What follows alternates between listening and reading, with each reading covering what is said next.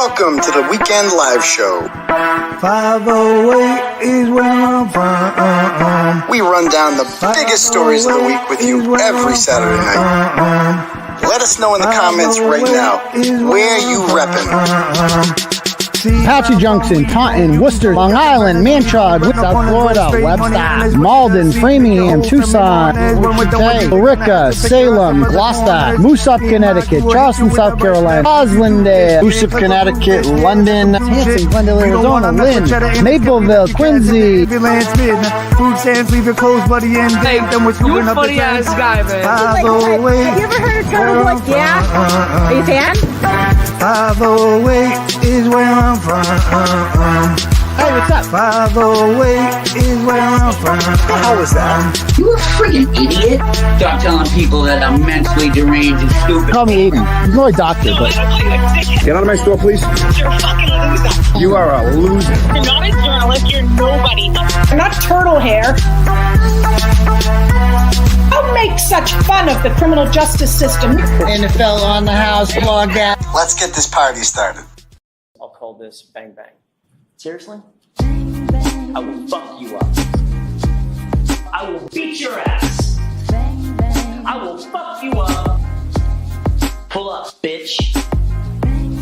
I will fuck you up. I will beat your ass. I will fuck you up. Objection. Objection. I will fuck you up. KO. Bang bang. I will fuck you up. You're a bitch, bro. I will fuck you up. I will beat your ass. I will fuck you up. Right? Yeah. The bang bang, the bang bang, pull up. The bang bang, the bang bang, pull up. Right? Yeah. The bang bang, the bang bang, pull up. The bang bang, the bang bang.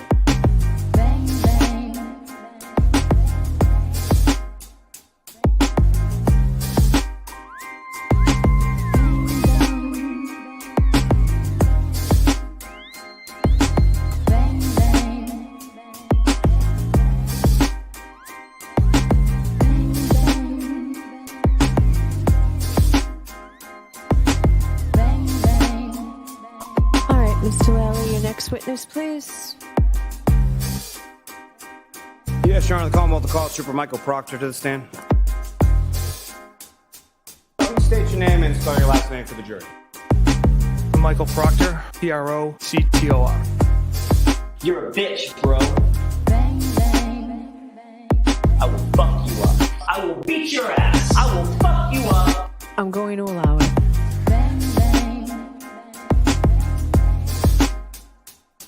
I will fuck you up. I will beat your ass. I will fuck you up. I'm going to allow it.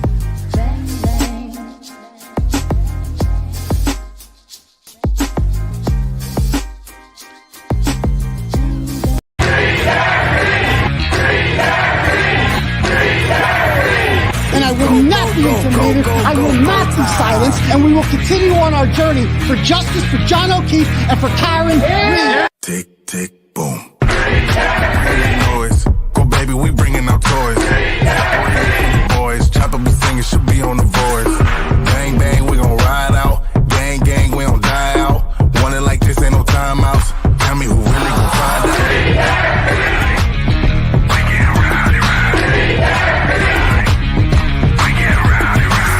out. We be disturbing the peace. Working, we serving the streets. Karen Reed has supporters who've shown up in large numbers. Tick, tick, boom. Hard body, and not scaring nobody. You make me resort to wildin'. You must be blind by the diamonds. I didn't want it to be this way, but y'all won't need to try this, so it's no way around it. You the loudest one, it's going quiet.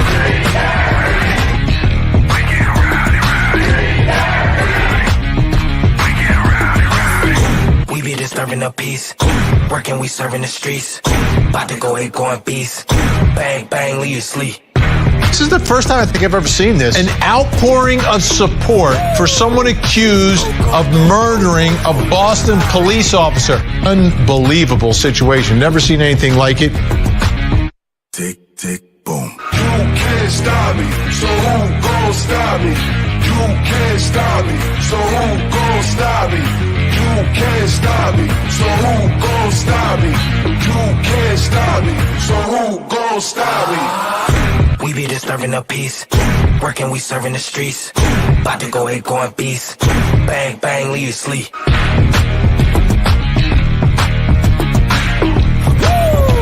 It's go, go, go, go, go, go, go time.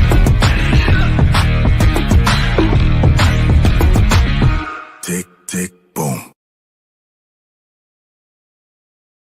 Boom. What's up, turtle people? How's everyone doing out there tonight? Good, good, excellent. Welcome to the show, ladies and gentlemen. I'm your fearless host. My name's Aidan Kearney. You can call me Clarence with Emerson. That's my Facebook name. On Twitter, I am at Dr. Turtleboy. That's my preferred pronoun is doctor. If you see me in the streets, please call me doctor. Also acceptable is daddy. Don't know how I feel about that, but I'll allow it. I'm like Auntie Bev. I will allow it if you call me daddy, but you're definitely not required to, because I understand that could be a little bit weird.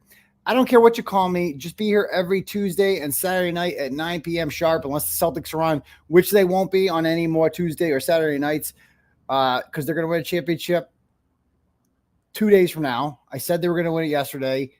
I was kidding around. They weren't. I was just messing with you. They weren't actually going to win that. As you can see, talk about mailing it in. I guess they wanted to win the championship in Boston. I guess they wanted to do it that way. So that's fine too. I accept that. But anyway, I don't care what time. Just make sure you smash the subscribe button. We just passed 80,000, closing in on 100. I think YouTube gives you a plaque if you do that. That would be nifty. Never thought I'd get there. But yeah. Oh, tomorrow's Father's Day, or there's so many Father's Days. Or as, certain people, I can't say it. There's so many Father's Day jokes, but like pretty much everybody who doesn't like Turtleboy, tomorrow's a very confusing day for them. That's all I'm going to say. Tomorrow's a very confusing day for the people who think that Karen Reed is guilty. Okay. That's just, they're walking around. Who's my daddy? Wait, which dad? Like that. It's a very confusing day altogether. Not for me though. I get to spend all day with my kids. It's going to be awesome. Going bowling, going to church, fun stuff like that. But anyway, so yeah, welcome to the show. Yeah. If you guys would like to donate to the program and have your messages read out loud, you can click at the link at the top. It should be linked at the top for Turtle Chat. You can write whatever you want. I should get an email notification when I get that, or you can cash at me at $sign Uncle Turtleboy. But here's the deal. We're going to have attorney Mark Bederow on tonight, and I don't want to waste his time with like Turtle Chats. When I get the Turtle Chats when they're like, Turtleboy, you're great. I love it. Just buy your book. I love reading stuff like that, but I don't want to waste his time reading those off. So we've categorized, we're filtering them out. We're filtering out the Turtle Chat. So what we're going to do is, if you want Mark Bederow if you have a specific question for him that you want him to answer in your Turtle Chats, just say so in your question, right? And we'll get to you first. I'm going to have him on, and then at the end, when we're done discussing, then I'm going to go through all the other Turtle Chats and I'll read all the other ones. Okay, so that's how it's done, and we'll just do it that way. So yeah, I think that's it. So without let me just get started. Just to read a couple here, for instance, like that the other night I didn't get to read. Just want, because I feel these people donated the other night. Brandon sent what did he send here? $10. He says, this has just occurred to me. Almost vehicles on the roadway have something called an event data recorder, a little black box, and Lexus is one of them. It is beyond me to hope that AJ and team will bring up, and we're going to talk all about the EDR. We're going to get all to that. Just wait till, all I got to say is wait till Monday for that.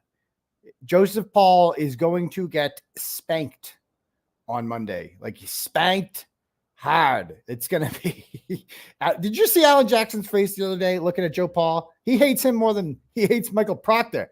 He wanted to spank him. He was a naughty little trooper, wasn't he? A naughty little trooper. So thank you very much. Brandon sends $10, says, oh no, that was Brandon. We have here $10 from Tamara, says, am I really bad at charts, or is he saying Karen went from driving to stopped to John getting out of the car? and then traveling and her hitting 24 miles all within a literal second. No, I don't think that's what he said. We're going to break down that stuff as best we can. So I understand your confusion though. Dale sent $5 and says, I didn't watch the entire trial, so I'm catching up. How do we end up with so many of Proctor's messages to people like his high school buddies and evidence? It's really simple. 3 letters, brother. FBI. And I hope because those are all turned over in the federal investigation. And I hope that the jury is asking the same question to themselves. Wait a minute. This is highly unusual. Why are we seeing the investigators' private text messages to his friends and family? I hope they put on their thinking caps, and I'm sure they're not stupid and they figured out like something's going on here. Like, why are there so many cameras in here? Why are there so many reporters? Why are there people outside? Why is there a buffer zone? Like they're gonna figure this out that like there's a reason that the defendant is like the hometown crowd here. Like it's like a WWE match, a WWF match when, I don't know. Remember the wrestlers IRS? Remember there was a wrestler called IRS and everybody hated him because he's the freaking IRS. And like, he just got booed. That's Adam Lally every day in court. And we're like Macho Man Randy Savage. Karen Reed comes in there and everybody's rooting for her. It's just not fair. And I'm sure they're kind of figuring this out as they go along. So thank you for that one. Christina sent $10 and said, knowing that Proctor did a botching investigation, he was clearly with friends and some of the people that were at 34 Fairview Road. Don't you think he would want to do anything to eliminate them from being suspects, even though he should have recused himself? Exactly. And Christina also sent 5 and said, I can't wait for Jackson to fuck shit up this upcoming week. Thank you for all that you do. And me too. So, all right. So again, I'm going to get to all your turtle chats. Cash App $UncleTurtleboy. Link at the top for turtle chat. After, I'm going to take priority for Mark Bederow super chats or turtle chats. So if you send a turtle, if you want him to answer your question, just make sure you make that clear in your turtle chat, and I will ask it to him when he comes on. So without further ado, how you doing, Mark? How are you? I'm good, thanks. How are you? I'm good. That video made me spit out my water. That is something else. There's some matchup. I can't take credit for that. I did the pictures. But a turtle rider just sent me that mix. His name is Voos, and he doesn't want credit or anything. But I was just dying when I heard it. I'm like, I have to turn this. Really good. Very clever. Yeah, I'll allow it. Yeah. Objection. It's been in my head all week. So it's good stuff. All right. So you were in court yesterday. That was pretty cool. You did announce that the night before on Young Jerks, and you were there with Melanie Little. Did you guys travel? You live in New York City, right? Yeah, I live in New York. She's somewhere in New York too. No, we came at the same time. We've worked together a little bit, but no, we came separately. I didn't know until shortly before that she was coming, but it was good to see her. I'd never met her before, so that was nice. Yeah. So, of course, you guys come on the one day I'm not in the courtroom, and all hell breaks loose with the jury. Mm-hmm. So, you guys didn't see this watching at home, but there was a fiasco that you obviously heard about it. They called in a juror to start, and she got called up there, and they forgot to pan the camera guy. Didn't pan the camera down in time. Yeah, we saw that. You saw that. Yeah. And so I recognized her immediately. I'm like, that's juror number 5. She looked like a not guilty vote, quite frankly. Like one of these people that like you want, like reacted viscerally to the Proctor text messages, that one. And so that's a loss. Do you have any idea what she did? I've heard so many rumors. No, everything they do is at the bench at the famous sidebar, as they call it up there. All I can tell you is that they called her in. There was no notice, so the camera guy, he didn't do anything wrong. It's actually the judge's fault. I agreed. No, it is. He didn't know. They pulled it off right away. They called her up, asked her a few questions, sent her back, called up 1 or 2 other jurors, and they kept going back and forth. I don't know what the problem was, but the fact that they had multiple jurors going up and coming back would at least suggest it was something jury related, as opposed to, a problem in the family or a tragedy or I can't serve anymore. I don't know what it was, but she's gone and they have 3 alternates left. From your experience in criminal law, have you seen anything like that when jurors get dismissed, where multiple jurors are called up Yeah, I mean, does that usually mean that something happened? They're talking about something they weren't supposed to talk about, and somebody snitched or something. It would suggest that there's something involving the jury as a whole, whether somebody said something, overheard something, and potentially another juror could report that. I mean, I'm totally speculating, but talking to multiple jurors a few times, I mean, that's clearly something jury related. I mean, if it's a problem at home, it's one juror, you can't serve, whatever, they get replaced. And ultimately the juror was removed. So whatever it was enough to have her removed for whatever reason.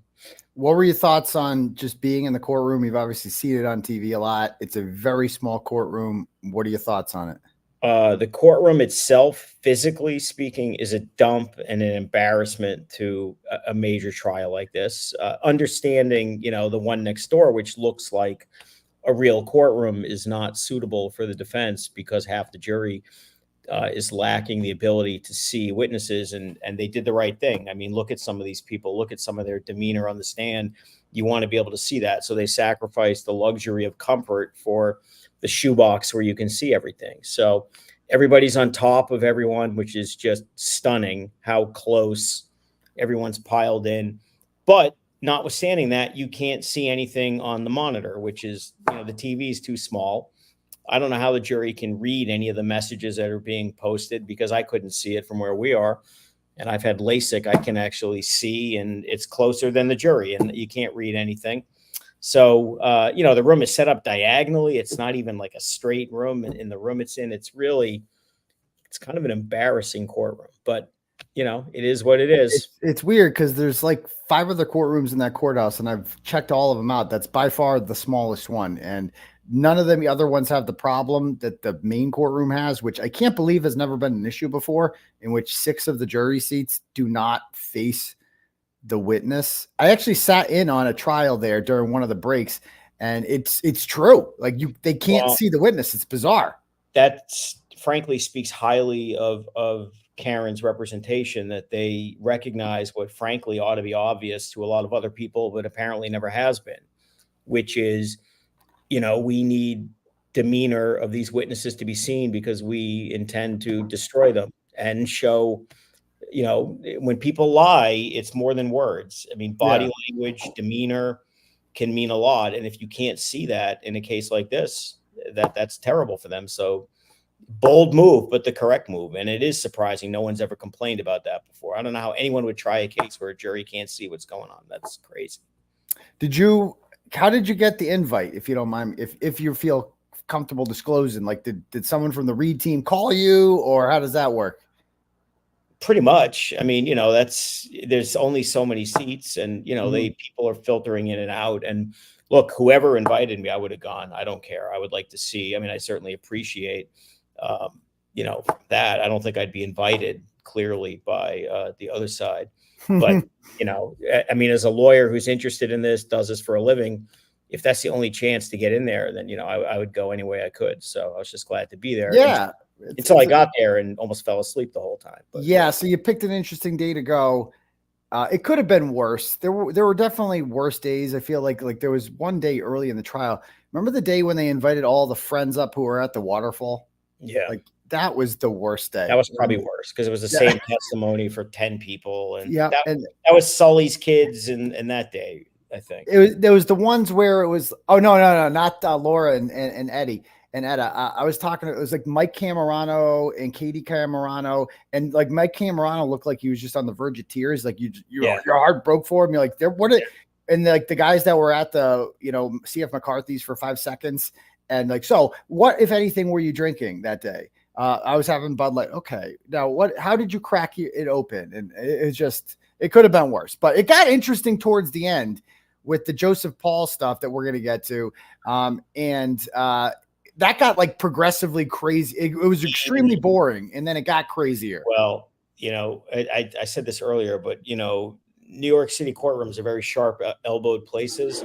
And, there's this expression when you really just destroy someone on cross-examination, the running gag is, there's blood on the floor, and you're going to have big cleanup on Monday in the courtroom because that guy is just going to get absolutely destroyed. And the reason he's going to get destroyed primarily is, once again, Lalli made just a terrible judgment.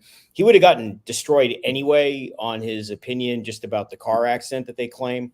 I mean, he's really not capable of giving that opinion, I don't believe, and his opinion itself doesn't make a hell of a lot of sense. But when they tried this other nonsense with, you know, can you give me an accident reconstruction expert opinion on this video?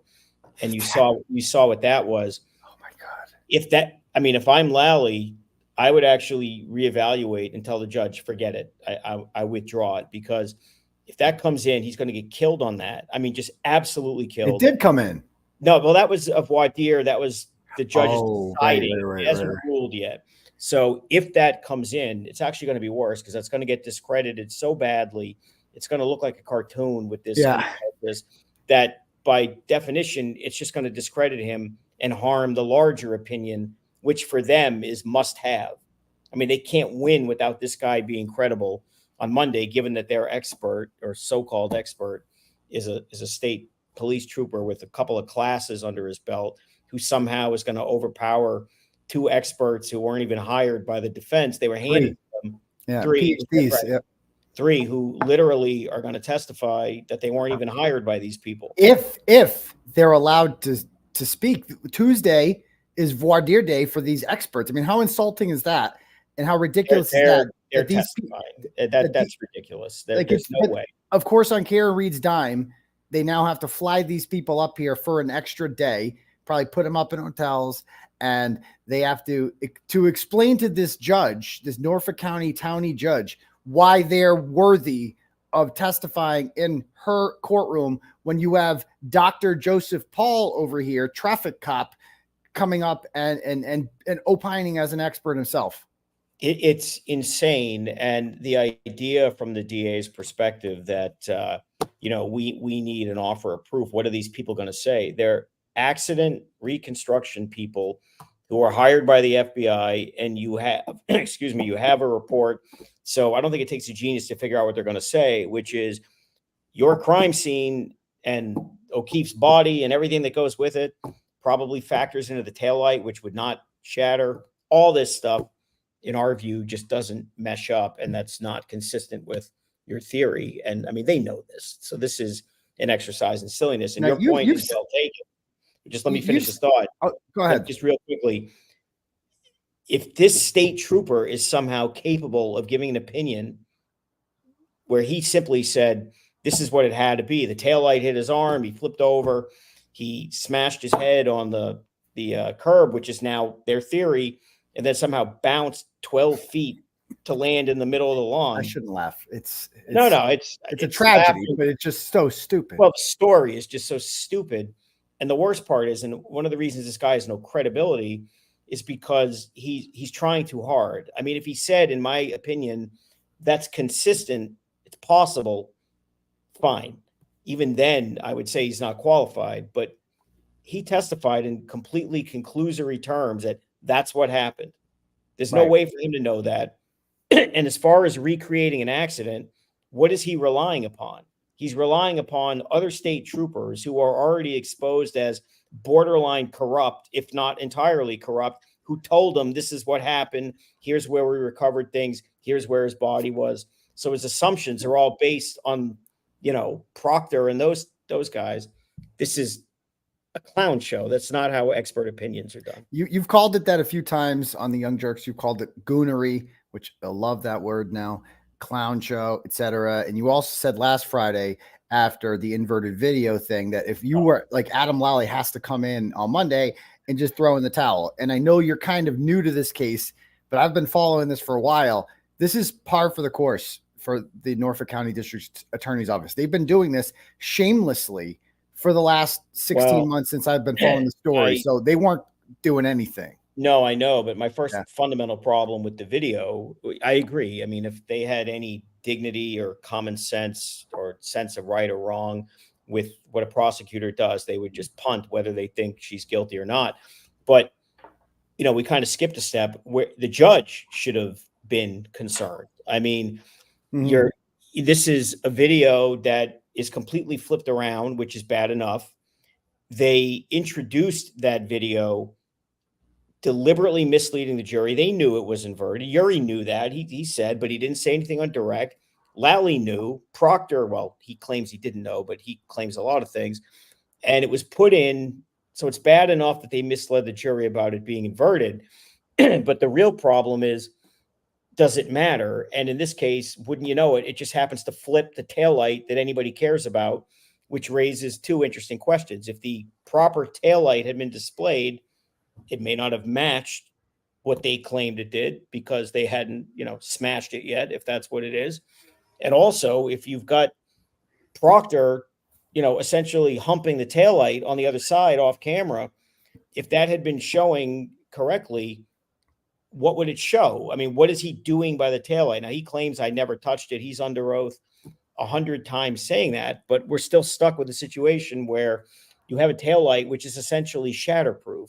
And you have a police officer who is entirely not corrupt and completely honest, who very much said there was, an indentation and some damage, which is totally consistent with what you saw with O'Keefe's car and also with that material. And then you have the guy who's hanging out by the taillight, which the jury doesn't know if they had their way because he's hidden, who him and his partner or boss, whatever they are, both use the same words. Well, it just revealed itself to us like the hand of God arose the plastic out of the ground. Well, I call them perennial taillight flowers. They grow exclusively on Brian Albert's front lawn, and they bloom periodically throughout the winter. And what could be better for the DA that the three people who discover the taillight are Proctor, Uri, and Berkowitz. And 𝗔𝗂𝗄.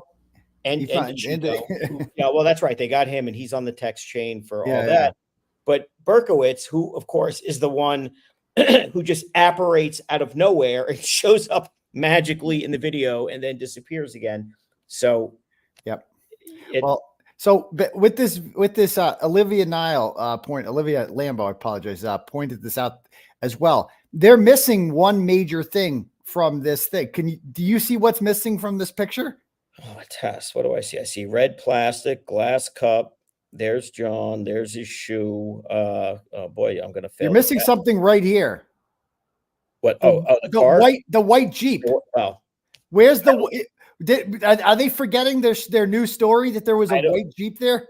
I don't know if they're forgetting as much as they can't decide whether to use it or not because they've literally called witnesses to impeach each other to kind of hedge. And the only thing I could think about is they don't want the Jeep there because of, these three kids who clearly undermine the whole theory of the case.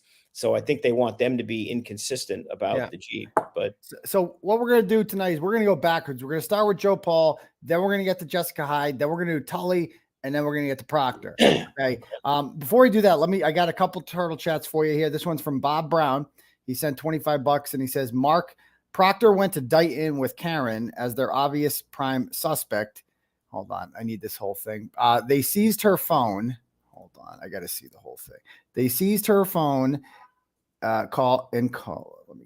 They seized her phone and call.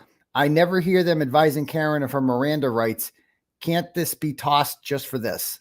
No. So Miranda is meaningless in this context. Miranda is just custodial interrogation. So if they were going to question her and she was in custody, they would have to Mirandize her. The fact that they went to visit her at her home, she's not in custody. I mean, the classic test is whether a reasonable person would believe they're free to leave, and she's sitting on her own couch. No court in America would ever find her to be in custody. The real question is, on what authority did they seize the phone? I mean, you need probable cause, you need a warrant, and or consent. And what's interesting, and again, I don't know what the defense did with this or not, but the reality is the testimony of Uri and Proctor was just basically, we're taking the phone, which if it is illegal without probable cause and without consent.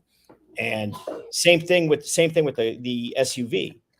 I mean, they went down there and basically called a tow truck before they left, which is telling you we're planning on taking the SUV, and on what authority, on what probable cause, what warrant. everything here is just a mess. Yeah. And yeah. The second question is from Dave. He sent $10. Says, is Bev as pleasant in person as she seems on YouTube?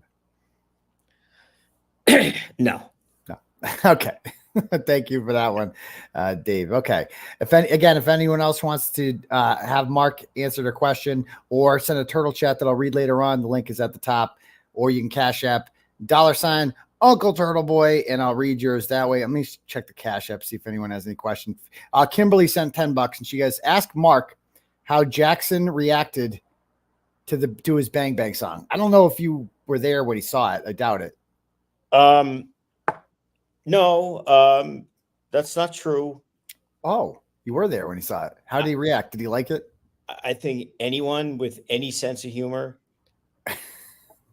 and humility would find it hilarious. How could you not? I know. I'll just say that. It's good. So thank you. Caroline sent $10 and says, question for Mark. Odds of a directed verdict success. What is a directed verdict? The judge dismissing the case for them not establishing a prima facie case, which is just Latin lawyer talk for a legally sufficient case with the evidence viewed in a light most favorable to the DA. Interestingly enough, if the evidence closed now, she'd have to grant it. She would, but they're going to call a medical examiner who's probably going to make the case worse, as we all know, for them. But I mean, if the medical examiner basically gives them enough to say, you know, in my view, these injuries are consistent with a car crash and whatnot, I don't know how the hell they can do that, but they're going to do it. Then the answer would be close to 0. Okay. Yeah. This judge, it takes a lot of gumption to do something like that. She could have dismissed this case a long time ago if she wanted to. Yeah. And they haven't. So no. I think it's safe to say that's not going to happen. All right. So let's start with the testimony here of Dr. Joseph Paul, the traffic expert for the state police. Let me pull up my notes here on this one. Okay. I want to start with the key cycle part. Let me mark. Let's go to that. Because this was confusing for a lot of people. I think I got it. Yeah. So, okay. I think they screwed it up. I mean, you think so?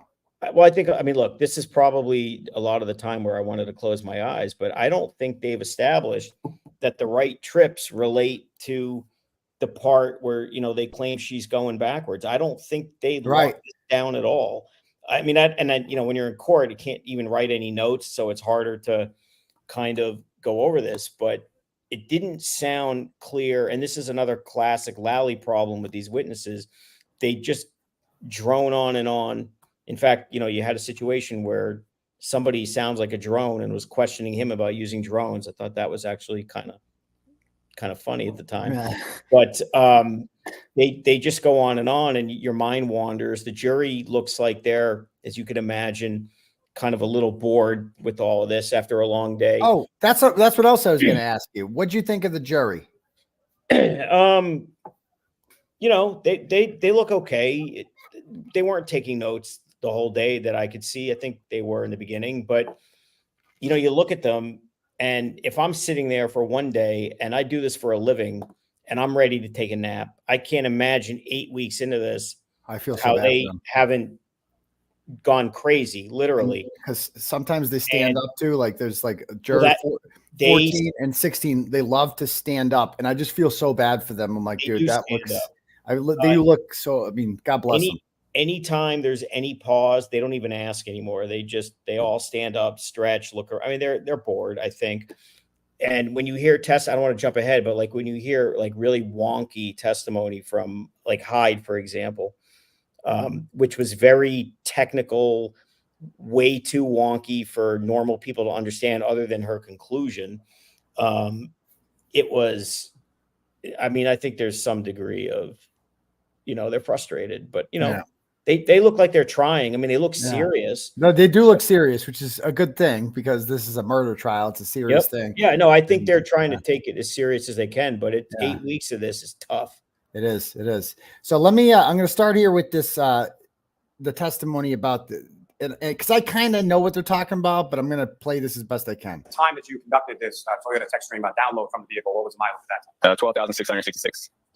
And there's also reference within the vehicle control history data in regard to something called a key cycle. Is that correct? Correct. Can you explain to the jury sort of what a key cycle is and what are the different things that could trigger a key cycle? Key cycle is essentially, so it's from the ignition cycle. Sorry. So a key cycle is essentially from when the vehicle's off, it's pressed on. It doesn't necessarily need to be running or turned on. It just needs to be turned on and then off again. And that'd be one key cycle. Now, with relation to your analysis in regard to the vehicle control history, what, if any, role did the key cycle numbers, or what kind of role did that play in your analysis? It shows me where how far away they were from each other. The key cycles were. And how far away in what terms? So when I turned the vehicle on, when I did my testing, it showed me what key cycle was that I was on when I did those testings, and then the odometer mileage in relationship to that. Yes. So he brings up this from the vehicle control history from my report. Your Honor, may I have a moment and then return? brings this up on the big screen. What type of information, where it's located? All right. So I've looked at this chart a number of times, and it says right here, this is the mileage. So this is when he gets the car. It has 12,666 miles on it, which, by the way, is also a real tragedy in this, that a $90,000 vehicle with just 12,000 miles, a luxury vehicle, is just sitting there being wasted. That's also a tragedy in this whole thing. But that she's having to pay the car payments on too, by the way. But 12,666 miles, right, when he gets it. Now, the last keystroke, or key cycle here, as they call it, prior to him getting it, was 12,629 miles. So if you do the math, that's about 36 miles, they're saying, between key cycles. So we can assume that the car, what he's saying is here, like, she got it here, she ended it here, and she must have driven 36 miles nonstop, which is close to the distance between Canton and Dighton. So that would be the last time she drove the car. And then they bring up this chart, the second one they bring up. Okay, so this is the vehicle control history. Every single point here, this is where the trip. But notice, by the way, that they don't have the time any of this happened. Like that would be helpful. Like, I don't know what we're supposed to do with this information. And then they bring up the second chart here, which doesn't last very long. It gets taken down by Auntie Bev, and they have like a side thing.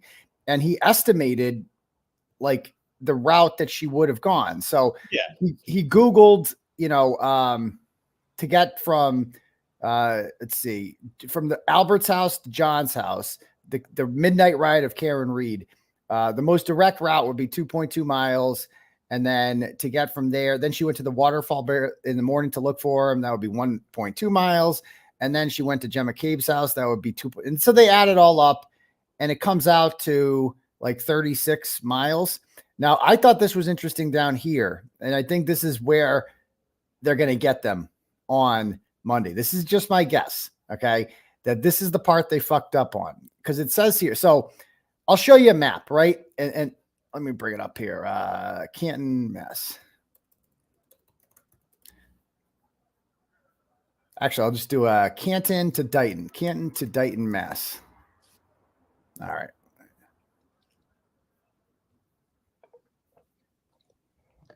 All right. So if you want to go from Canton to Dighton, the most direct way would be down Route 24, because it's a highway. So you'd want to go this way, okay, and down there. But I'm told, but that's a little bit longer. I'm told that they went a different route that day. There's a route here because the highways are useless in the winter, because you can't go as fast. Like, the whole point of the highway is you're supposed to go fast. So if you're in the middle of the blizzard, factor in by then. Right. So I'm told that they went on Route 138 in Stoughton. So they went down this way, all the way down to Dighton this way. And that's significantly shorter. That's going to be like 3 or 4 miles shorter. So their entire basis of operation here, in which they're measuring keystrokes and triggering events, comes on the assumption that when Karen Reed's family, or whoever was driving her car, her brother, went from Canton to Dighton, they went on Route 24. I'm told that they went down Route 138, and that's going to affect if their entire estimation here about what all the premise is, like, based on key cycles and triggering events. The way she got from Canton to Dighton matters a lot. And so I think that I bet you that they have some sort of evidence on Monday that they're going to introduce. They might. I mean, look, there's a million ways they can discredit this guy, whether it be this or just his pretty basic training to be an expert. I mean, I think he said, I just took some courses and they blessed me as an accident reconstruction person. Again, the assumptions that he's relying upon the other state troopers, where O'Keefe was. I mean, how do you know? Yeah, by the way, they say he's here, but he's also 6 feet tall. Where? I mean, is his head here or his feet here? I mean, that could be a 6 foot difference, right? Depending on where you are. And that matters. As you said, there's nothing to account for a Jeep or non-Jeep. Nobody knows what the hell that means. You have him doing these kind of almost silly tests in the parking lot of the Canton Police Department. Oh, yeah. We're gonna get to that in a moment. No snow. It's straight. I know you've done this experiment before. I've seen that. It's straight. There's no snow. I mean, what are we doing here? What are we establishing? I don't even know what this is intended to do. It's useless. Let me play this part right here when he gets to like, so this is their new thing. So when they first started with this, they said that Karen Reed killed him death by 3-point turn. They abandoned that because that didn't make much sense. Yeah, now she mowed him down. Now she went forward 62 feet and somehow accelerated to 24.2 miles per hour and clipped him that way. And they have it based on this. So I just want to play what the heck they're talking about here and just imagine you're a juror, guys, and you're hearing this. Just listen.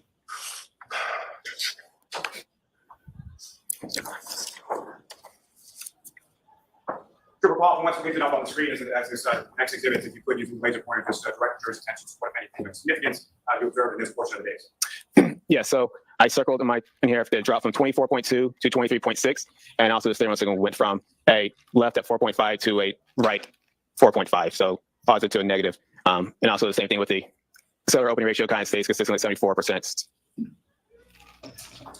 May I approach anyone? Yes.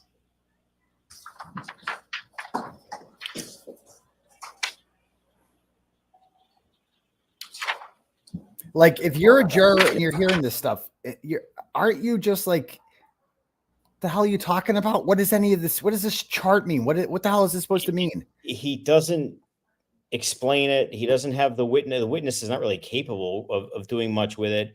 I mean, look, it went over our heads in terms of what does this all mean? He didn't tie it together. And the other thing is, I think what he was trying to do was make this kind of a big point about how, according to them, if I understood them correctly, they're going backwards and the speed drops very slightly and the wheel turns because, she hit him. And this would be so much more effective. I mean, well, two things. One, he said conclusively that's what happened. That's just too much. He should have said that could be consistent with that, but that's one possibility. But it gets rolled right over. And when Lowley's doing this, he's doing it in his monotone dial tone. Yes. And he never tips to the jury by changing his position, changing his inflection, anything to say, pay attention. Yes. Here it comes. And this is no different than snow on the apron from 6 weeks ago. I mean, it's just one big blah, blah, blah. And I just don't know that they're going to get it. And if they don't get it, then it's going to be up to him in summation to make them get it. And the idea of him summing up for 3 hours is already something that nobody's going to want to listen to. He doesn't change. It's just one monotone start to finish, and it's terrible. It's like he doesn't even look at the jury. Like, if I'm him, I need these 12 people over here.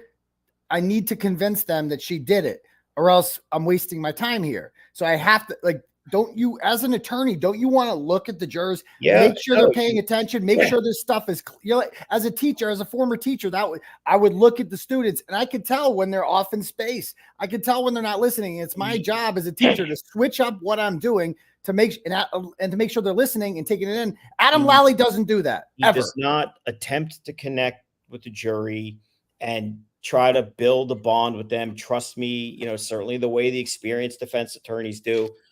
But he has a bigger problem.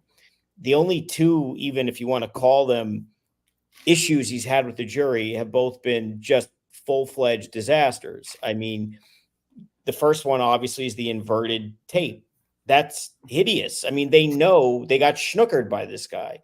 Can't fix that. And again, it's not just that he got schnookered. there was important evidence that was on that flip tape, and you didn't tell us that. Uh-huh. And the other thing that he did with the jury, when he called Proctor, if he had prepped Proctor, what he should have done was tell him, look, you're going to get killed up there. Okay. It is what it is, but I'm going to be not nice to you because I need to be credible with the jury. I need the jury to think that me, the prosecutor, agrees with them that what you did is disgusting. And so he decides to like pop the balloon and introduce those messages in his case in chief on direct, try to, diffuse the bomb, if you will. And he doesn't do it because all he does is put the messages in this drone-like fashion, have him read it. And then the one thing he says is, why did you do it? And whatever. And basically he says, because I hated her and, I was emotional. So he's telling the jury, I'm just rationalizing this. I'm okay with this. And then what he should have told them was for Cross, you're going to get killed and I'm not going to object. I'm going to let them clobber you because again, it's not about you. It's about me. I need the jury to think I'm okay with this. And what does he do? 2 minutes into the cross-examination, after he opens the door to this, when he starts getting clobbered, objection. And all he's doing now is telling the jury, I'm trying to protect him. And, you shouldn't be doing this. Those are the two takeaways the jury has with this guy. It's terrible. So let me play some of Dr. Joe Paul once he starts. So after he bores him to death with this stuff, which is apparently instead of like just showing like what I did when I just went out there and, I showed people what the road looks like and what actually happens on 34 Fairview Road. He just shows his charts and he's just like, oh, well, just, and bores you to death. It's like, no, people want to just see it. Like you have the resources, just show them. And so then instead of showing them, he's just going to explain around the 5-hour mark here, what happens. It's really simple. So here goes Dr. Where the scratches for his hand could be, those are something that would be consistent with this in this particular case with striking Alexis. Now, specifically with reference to this case, what, if any, analysis did you conduct with regard to kinematics? Yes, I did a kinematics analysis in my report. Kinematics deals with the aspect of motion. And I'm sorry, if you could expand upon that just a little bit and explain to the jury sort of what kinematics analysis is.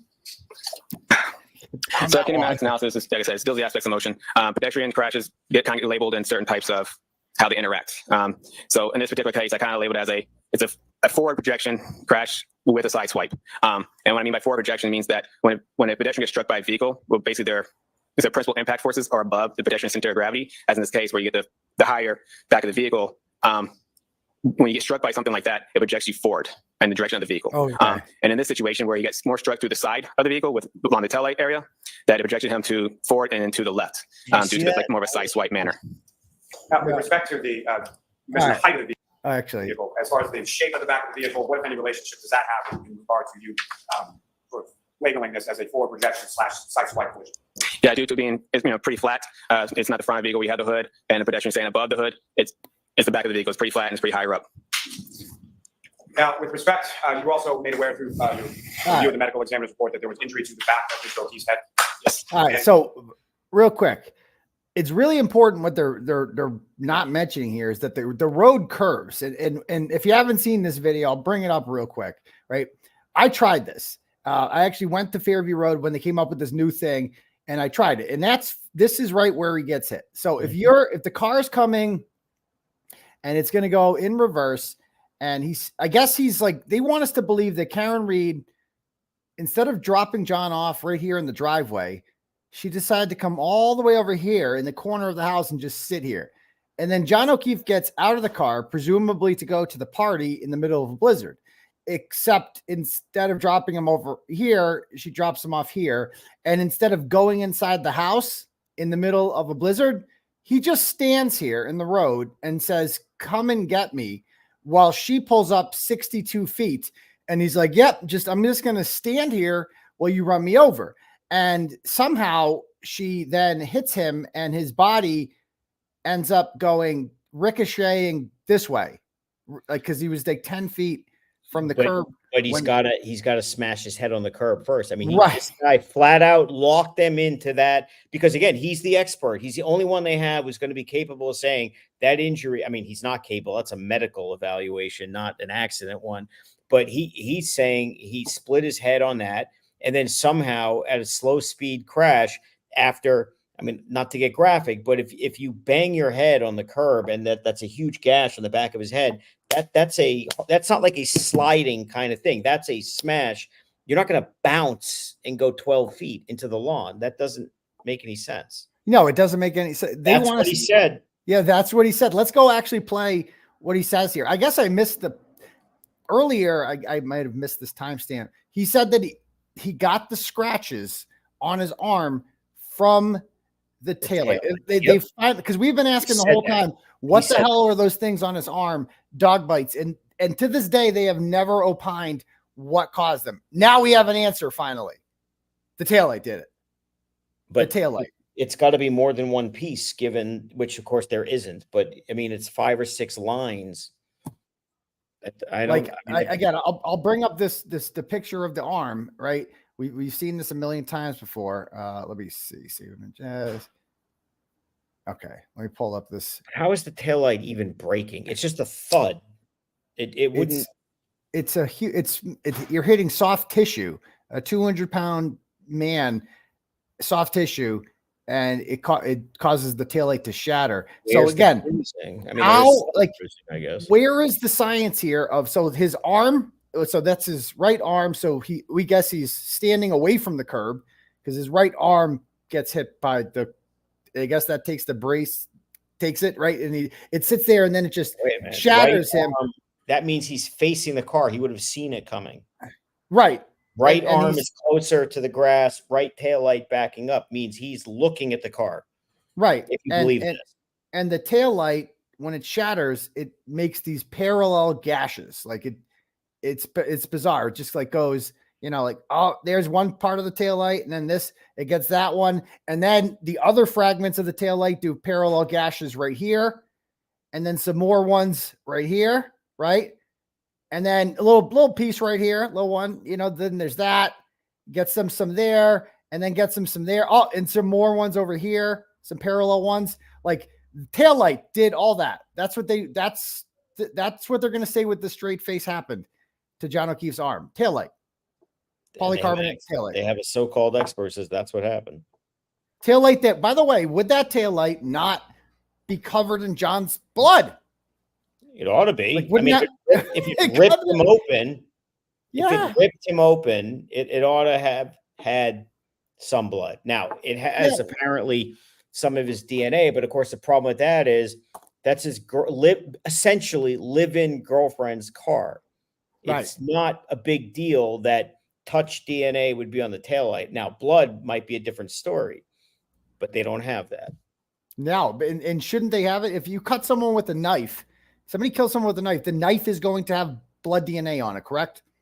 Should. I mean, look, they claim they were basically able to rebuild the taillight almost in its entirety. They have all the red glass or whatever it is. None of it has blood DNA on it. That's hard to believe because it was sitting out there in the cold. The DNA doesn't necessarily just disintegrate because it snowed or it was under the snow. Where is it?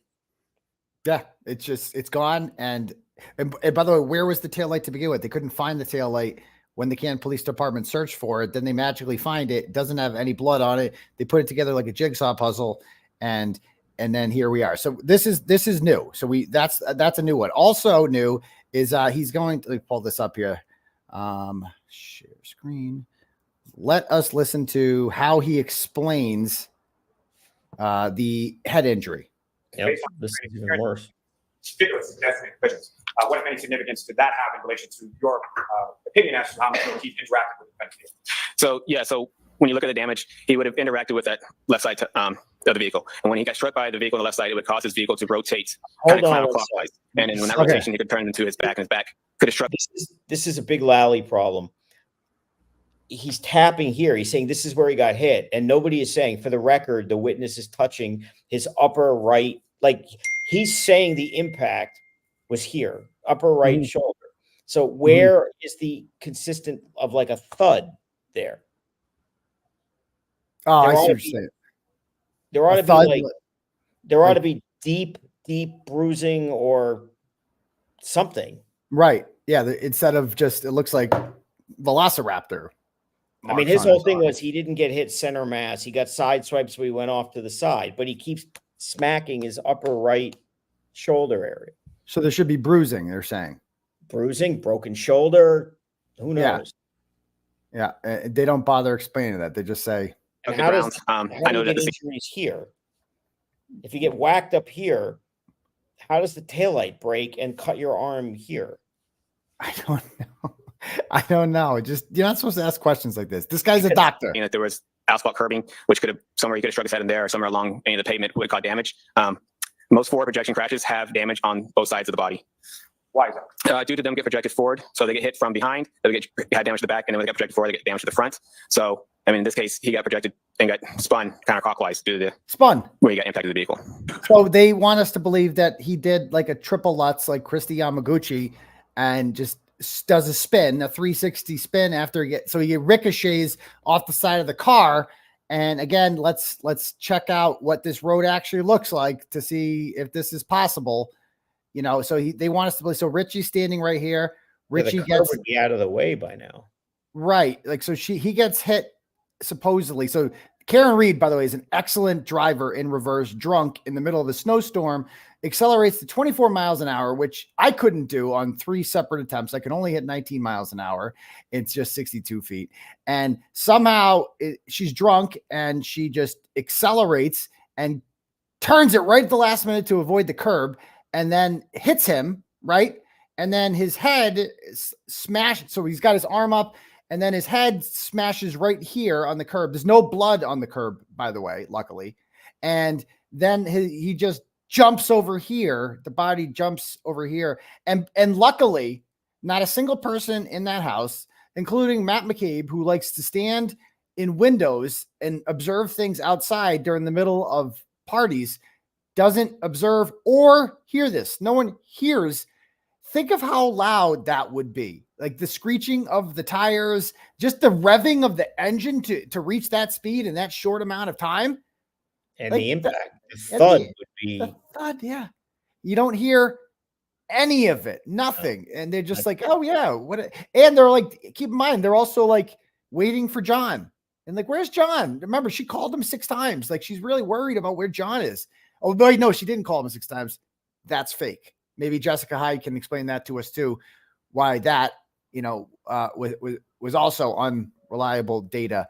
Everything in this, it's a clown. It's everything in this ludicrous exercise we're doing now. You can't help it, but the elephant in the room is that there are 2 or 3 experts that worked for the FBI specifically for an unbiased, just tell us what it is opinion, and they're going to march them in one after the other to say, and the person the DA is going to rely upon to say, no, those guys are wrong, is this guy. Well, actually, according to, and this is what they're saying with the straight face, these people out there, it's actually the FBI's in on it. Like Josh Levy, like this is the things that they have to say, and they call us conspiraciers, the Plevins of the world, will tell you that actually it's a big conspiracy between the FBI, Karen Reed, and something called Turtleboy, who are conspiring to pick on the district attorney's office, don't you know? The problem with that is that that's wonderful for them, whether they believe that or not. But in a courtroom, that's not coming in unless, of course, they want to go on a suicide mission and try to cross-examine these guys and say, you were hired by the FBI as some conspiracy to get us. They would never do that. So the jury would never hear any of this nonsense. All the jury is going to know when these guys testify, the defense is going to make sure the jury knows that, did we hire you? No. Think about that. Yeah. Usually they will, try to impeach experts and say, you're just a hired whore who got a check to say whatever you want. That's just the way the cynics are. If you get an expert, they'll tell you what you want if you pay them enough. It's not always true, but that's what they say. The problem they have with this is they didn't even hire these people. Yeah, the FBI did. Just random guys from that won't come out, but it'll be not us. And then we found you. And have we ever met you before this? No. And have we paid you? And, other than for purposes of testifying a trial? No. Yeah. So the voir dire on Tuesday should be interesting in that regard. Let me play some more of Dr. Joseph Paul before we do have some turtle chats coming in, questions for you specifically, but I want to get to the part here where, let's see. Now, with regard to the vehicle speeds, kinematically speaking, from your analysis in respect to that, what, if anything, can you say in relation to? Okay, so this is their test. Where that is, or where it's this confused the shit out of me. Vehicle is right here. It's going to be good question.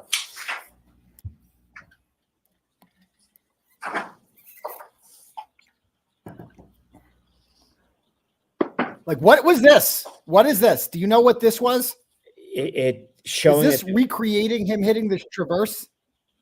No, I think it's recreating the vehicle worked. I mean, this is stupid. Did they even explain what that was? No, but they're gonna show you because then they show you that the rear camera. Then then look at that. Look at that. What was that? He just went forward, like gunned it 40. And now he goes back again. I think that's trying to emulate what they think happened. How she like revved it up and came back and hit him. But this is far more than 62 feet. Yep. Look at how that's like 200 feet at least. Like what? This is what? So, and they don't explain this. This. Testing that you're conducting here with the acceleration. It's also not Fairview Road. That's not Fairview Road. That's not the way Fairview Road is shaped. It's the wrong surface. It's the wrong conditions. It's the wrong angles or lack thereof. You have no idea how fast that was. He never asked that question. Right. Yeah. We don't see a camera showing like how fast that is. Like what? And I was told they hit a crash test dummy. Where was that? Did I miss the dummy? They said they had a 5 foot. There is a dummy in the Where was that? Sallyport, interestingly enough. If you remember the Sallyport video, there is a dummy at the very end of it. Yes, I saw one inside. Well, they used it as a cone. Yeah. They used it as a cone. They wrapped the tape around it. Like that's all they used, the dummy. So maybe it was busy. Reverse braking, all of those. The highest speeds that you're braking the engine slowing down. As far as sort of screeching of braking and tire coming to a brake, what would you expect to hear with respect to ABS? There will be no screeching of the tires. And it's coming to people right here. Oh, so basically that explains why Matt McCabe wouldn't hear it because there's no screeching of the tire. Okay. It's very powerful evidence. Okay. Doesn't explain why he wouldn't have heard the giant thud when he got nailed, but Yeah. And then he zooms, like he goes back. Like I don't know what this is. No, now he's showing you that the camera worked and she would have known he was there is what this is. Right. We all agree the camera works. Yeah, we all agree the brakes works. We just dispute whether or not she hit him. Like we don't dispute whether or not any of this shit works or not. And by the way, this is why they got him. This is why they upgraded it to murder over manslaughter, because they're saying that like she would have known he was there because the camera works. Like this was intentional. So that's why we're charging her with murder and not manslaughter, et cetera. And then Alan Jackson comes in and he was just ripping this guy to shreds immediately about the backing up into. Let me play this part. Right? Like a glossy colored paint, like a glossy to hit the taillight against the other vehicle. And there's no damage to that, significant damage to a bumper in order to push back into the car. And again, there was no. I did not. No, I'm confused by the question. I'm talking about the taillight. We're talking about the taillight. Yeah. Are we talking about the bumper? Yeah, we were talking about the taillight. So one person at a time, you both are talking over each other. You started talking about the bumpers. Yes. You said, well, one has matte finish and one has glossy finish, right? Yes. And you said, well, you'd expect one of them to like slide off of each other, and they could have done this and they could have done that, right? Not slide off each other. You were suggesting that the two cars wouldn't match up such that the taillight could make contact with any part of the traverse. That's what you were suggesting. I'm saying it didn't match up because there's no damage to the traverse. You didn't test whether or not the lens, the right rear lens on the SUV could match up to any part of the traverse, right? And make contact, physical contact with it, right? When I see a picture of the traverse, when I see the this traverse, is a voir dire. I need the information. You asked me a question. Yeah, I said, yes or no question, Trooper. I don't think so, but.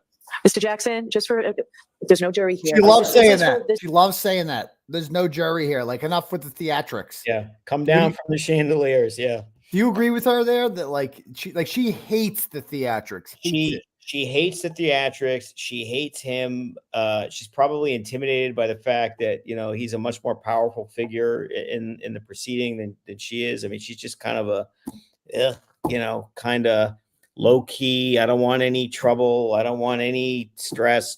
On the other hand, what she's saying is she's making a determination here as to whether I'm going to allow what we're talking about to even be admitted. This is not in front of the jury. This is an evidentiary hearing. So she's saying it's in everyone's interest to let me have the information so I can make a decision. She's not wrong on that. She's not wrong. Yeah. So he, towards the end, let me just play some more of this because this is going to set us up for Monday. It's going to be awesome. This is for purposes of would I have to ever do a test where you backed the Lexus up against the Traverse? We did not. Did you or did you not ever do a test where you put the two cars together and measured them? No. Did you ever measure the taillight of the SUV, the black SUV, against any area on that Traverse? No. Like, did you ever do that's crazy. So they're saying that he's come to the conclusion that she did not back into the Traverse and he has not measured because there's no damage to it, but he did not measure. Wouldn't the first thing you do is measure where the taillight is and where that would have hit the Traverse? This is ridiculous because what Lally is trying to do, the guy is an accident reconstruction, so-called expert. Okay. Yeah. And he gave you in the earlier part of the examination what we do and how we do it. And at the end of the day, as it relates to this issue of backing into O'Keefe's car, he wants him to render an opinion based upon a video that he watched and in which he said it didn't move the car. He agreed, right? Yeah. When he watched the video, he agreed. He said it didn't move the car. It took him a while to finally acknowledge that. And you can clearly see the car rock back and forth. And he's not giving an expert opinion. He's giving an interpretation of a video. He doesn't know the force level, how fast. I mean, his opinion is useless, but it's also just as a legal procedure problem. He's seeking an expert opinion without notice, which is a no-no and is another reason altogether for her to deny it. But at this point, I think she'd almost be doing Lally a favor by denying it. Okay, could you turn the lights on, please? So he shows you that video. Sure. Ms. Gilman, if I could have what's now been marked as Exhibit 549. And he says that before you do that, right? what is the exhibit we just saw? He said it didn't move, right? The same exhibits. Initially, yeah, he said, I don't see it hit it. That's unbelievable. We all saw.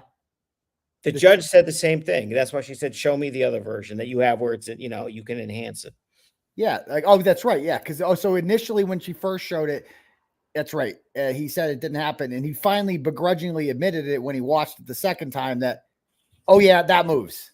Right. That you can see it rocks back and forth. I mean, it actually is a nice little push. It goes back and forth a few times. And when you think about it, I did not realize the Traverse is that big. It weighs 6,100 pounds.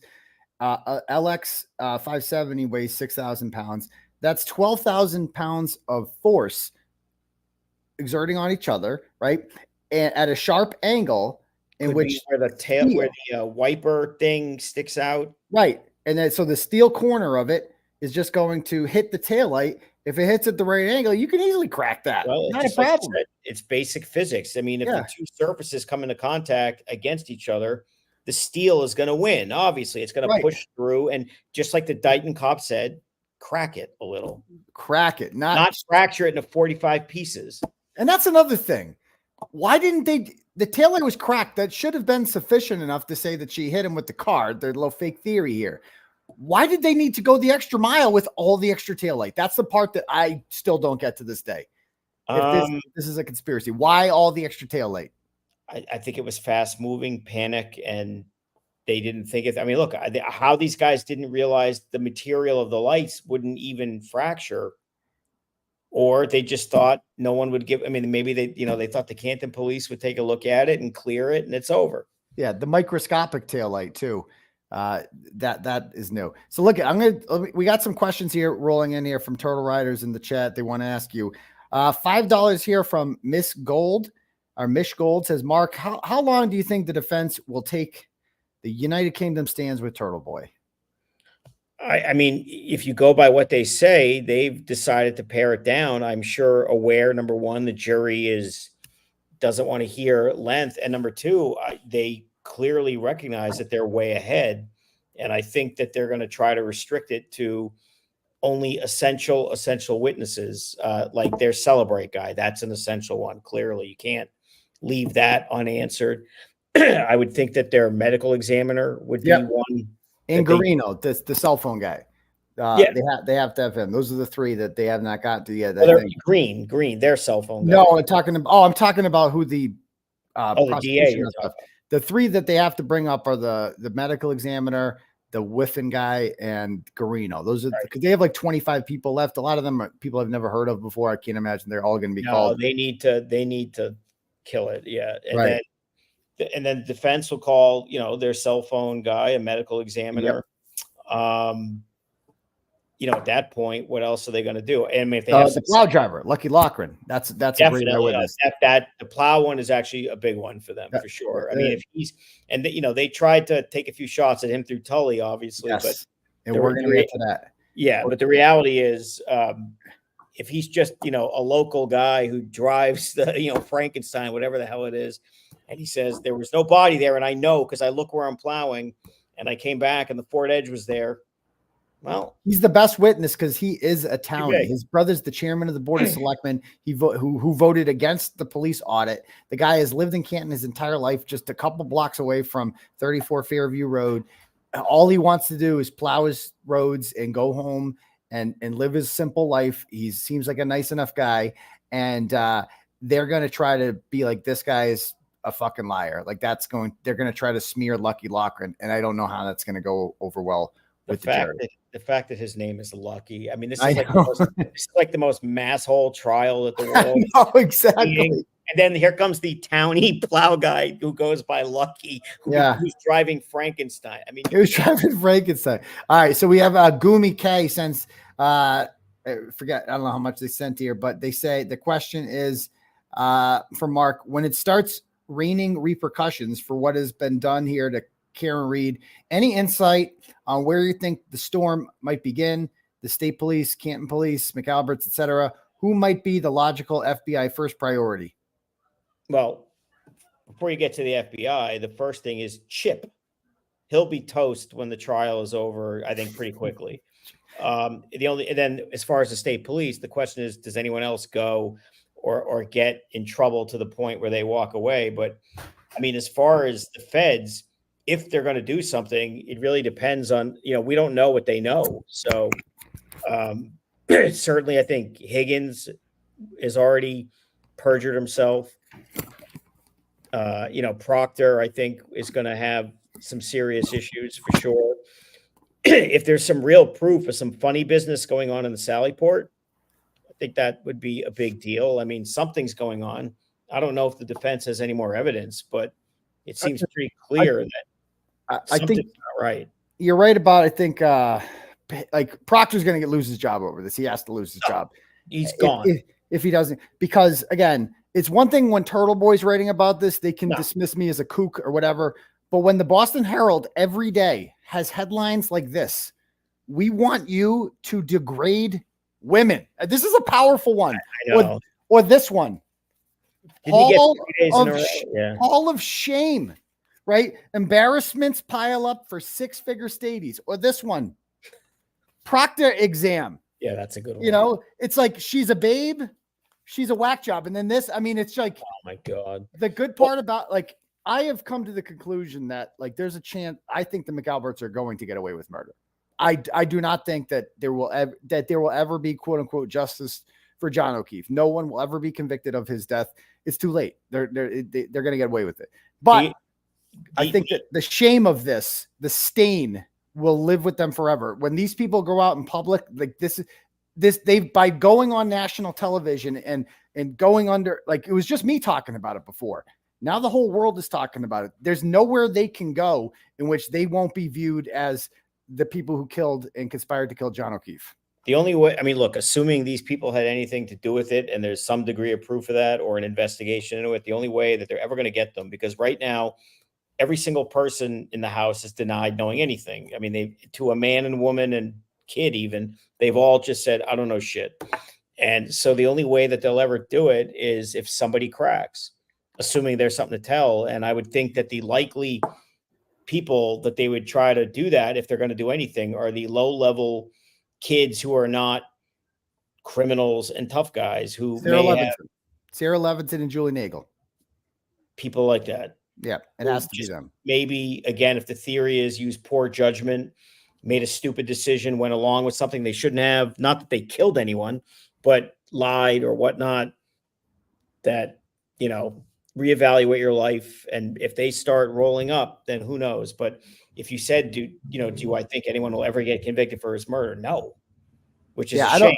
I don't think anyone would be convicted for the murder, but I definitely think that there's going to be people who lose their job, like Proctor. There is the potential for like criminal charges against somebody like Proctor, just because you covered this up. Like we're never going to get justice because you abused your position. Like you did things that you weren't supposed to do. You know, you violated this whatever, you know, they'll get them on something. Like the police are the only people that I could see possibly facing any prison time for this. I don't think any of the McAlberts will. That's just my opinion. Probably not. Well, maybe. I mean, the interesting point, I think, is there more Sally Port evidence? Because if Proctor, Uri, Higgins, and Berkowitz, and Brian Albert, or whatever, if they're in the Sally Port and there's evidence that they did something to the taillight, and then the video was something, I mean, I'm not a tech guy, but these people apparating in and out of the video, isn't that an overlay? Isn't that a bad cut? Isn't that like two videos being put into one? Yes, it appears as such. Well, that's bad. And so the question becomes, what are they overlaying? And you know Proctor's hanging out by the taillight. You know there's 42 minutes missing of an original video. You know that they made this ridiculous decision to invert it on purpose. So if they have the real video and it shows something, then I think all of those people are potentially screwed. So let's talk lawsuit. Who can Karen Reed and I sue when this is all said and done and we have our names clear? Who's getting sued, do you think? Who could get sued? Well, she's going to sue everyone. I mean, you would be suing the town of Canton, the state of Massachusetts, anyone who's directly involved. If there's evidence of a frame up, whether they be civilian or police officer. I mean, the short answer is everyone. I heard it's like impossible to sue the state police. Like I've heard just from what people have told me. Like, no, the key, I mean, look, the key is, are you able to sue the DA? And that's a trickier question because they have qualified immunity, depending on whether they were prosecuting or investigating. In this case, I'm not exactly sure, you know, pre-indictment, what exactly they were doing. But the short answer is they're going to sue everyone, and or you would too. And when this process goes on, you get this nasty thing called the right to take discovery. And you start deposing all of these people, including like the Morrisseys, Lalleys, Proctors, all of these people. Yeah. So we got another question here from Shannon T. Sends $10. Says, why would they only show one shoe when showing evidence in court the other week if they supposedly had both? I don't know. Why would they show any of the? I don't get the theatrics of showing the shoe at all. Like, cool, there's a shoe. We all agree a shoe was found. We think you guys planted it, but they do things that I don't understand because I agree. The shoes, you know, they turned out to be nothing. You know, their theory is the shoe got knocked off in a low speed accident. You know, that's hard to believe, but whatever. But the shoes don't really add much. But then when they're doing the DNA, they just kind of throw out there that, oh, by the way, there were a mixture of 5 people in the shoe. Yeah, which is kind of weird, especially when you know, look, in a lot of cases, I've seen this, like shoes gather, blood drips down. I mean, like you find it in the weirdest places. And you already have his pants where there were 3 samples on the front of his pants. Yeah. Now that's not from a car accident. He didn't, the car didn't hit him and he didn't bleed 3 people's blood onto his pants. No. So, that's the thing. It's like, they never got blood samples or DNA samples from Brian and Colin Albert or Brian Higgins or anyone inside that house. You know, we got Bukkake and Proctor gave up their DNA samples. We don't contend that they're the people that killed John O'Keefe. Nobody's contending that. So that the fact that their DNA didn't come up on his pants is not the question here. But that's interesting. Okay. We got Steven sends Cash App, I'm not sure how much here, or the money amount. And he says, both the turban cat lady, stop it, and Trooper Paul speak terribly. Is it a lisp, speech impediment? As a lawyer, when you choose witnesses, don't you consider how effectively they'll be able to speak, not just what they say, but how? I mean, you want to prep them, but they are who they are. I mean, look, I can't, criticize her. I mean, she was eclectic. Let's be honest. And I'm not talking about her appearance. I'm talking about, with the outstanding questions and, absolutelys. It was kind of weird, but I mean, she owns the company and they just cold called her and said, we need someone to look at this text. That's what my question would have been. And I don't understand why the defense didn't ask this question. I would have done the same thing. How did they find you? Because this Google search comes out, it's extremely damning, right? And there's no way they just called the first person they found. They probably shopped around until they found somebody. That's what I was saying earlier. You don't know, and maybe they're afraid of the answer. I don't know, but it is kind of hard to believe that they just picked her out of nowhere without asking 20 people, in our contact us email button. Can you, look at this? So I don't know where they found her, why they picked her, but I mean, the more damning part is you find out it's Tully again, and he really skews the analysis by saying, we want you to look at this and only this, and they take away her right to take a bigger picture. So yeah, I was a little underwhelmed by I'm sure the defense does everything for a reason, but they're like one question cross up, to Jessica Hyde. It was, I don't know what they got planned there. Why didn't they ask her more questions? Oh no, I think they handled her perfectly. And here's why. So obviously the DA needs to win on the Google search, like emphatically. If it's even plausible it occurred at 2:22, they're done, because it's over. That's the one fact that the case is over if it's established, or at least plausible that it happened 3 hours before, any of them are supposed to know what's going on. So the problem with Hyde is not her conclusion. I mean, everybody understands she claims it happened at 6:03 or whatever the time is, but everything before her conclusion is like wonky gobbledygook that nobody understands. I mean, frankly, it was tough to listen to. None of it makes any sense. No. So they have their expert who's going to come in, and if he speaks English, gives an opposite conclusion. The best case scenario for the DA will be, from the jury's perspective, is we can't tell, which is a win for the defense. But I think what's happening here, if you go back some of the video that when Jackson was explaining this months ago, apparently there is that, Apple counter, Cocoa, whatever it's called. Clock, the internal Cocoa clock, which just constantly goes up by a second and traps every event at a second. So apparently when you look at the clock for that search, if you do the math, and I'm sure this time they'll bring a calculator. Okay. If you break it down to that, I think it comes out to 2:27. And apparently in Hyde's report, she has the same counter number. In other words, they're talking about the same search. The problem with her is they didn't give her anything to compare it to. So if their expert, nanoseconds, right? Yeah. If their expert can put this in English and say, look, there's a clock that ticks, okay? It's always moving. And when something happens, that time is recorded.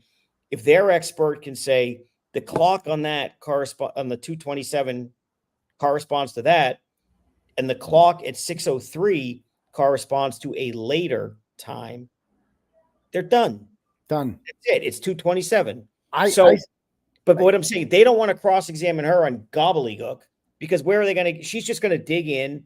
But one thing she did say, and they got this out, they didn't let you look at the other records, and might it have helped? And she said, of course, that got sustained, but it got out there. Yes. That they didn't, because there's more than just the Google search. There's Jennifer McKee deleting 20 phone calls. That's precisely the point. And when that comes out through their expert, they're going to hammer in summation the DA saying, now, why would they give her that one isolated search and not the full records of McCabe, because I think even just by human nature, if you knew that she was deleting everything surrounding the time of the Google search, including she's deleting contacts like minutes before, she's getting stuff from Brian Albert minutes before, and then, oh, by the way, here comes the search, which corresponds to that Apple ticker.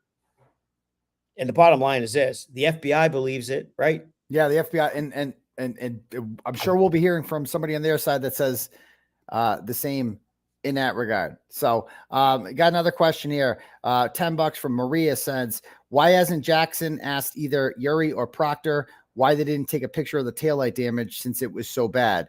Wouldn't that be a no-brainer? Can they ask the tow driver to testify as to how he saw it? Yes, they can ask the tow driver. I mean, look, this is one of those very rare things. I disagree with the defense. I think these guys are top shelf. They really are. They do everything spectacularly. The one thing I would have done, and this is just me, whatever, they can agree or disagree, that's fine. But Proctor specifically said, I mean, I really think he set himself up on this exact point. He told this story, which is, I think, ridiculous, that I immediately thought that this was a hit and run because he was missing a shoe. I mean, remember that? I mean, that's just, yes. So, and then I spoke to Jennifer McCabe, and, she told me whatever. So I knew. Then something really important happened when they're going down to Dighton. They called the tow truck. This has nothing to do with seizing the vehicle legally. The point is, they're collaring her for hitting him with a car. They've made the decision. I mean, if they have the tow truck guy coming, so they go down there. This is a trained investigator, okay? These guys are like telling you how they work homicides and this and that. They think it's a car accident. They think it must be from hitting, is the glass recovered by then? I don't think so. It doesn't matter. But the point is, you then go down there, you see the car. And again, according to Proctor, it looks the same way it did in the pictures that they presented later, where the whole thing is 95% gone in that corner. At least. And they don't document that in any way. That is police work 101. And instead, you're left with these two guys, both of whom are dirtbags, Proctor and Uri. Okay. They're both real. They've got issues. And you're left with, take our word for it, jury. Yes. Take our word for it. And then Proctor says, I called the crime scene unit to take pictures on February 3rd in the Sallyport. Mm-hmm. And that's the first picture the police have. Mm-hmm. Yeah.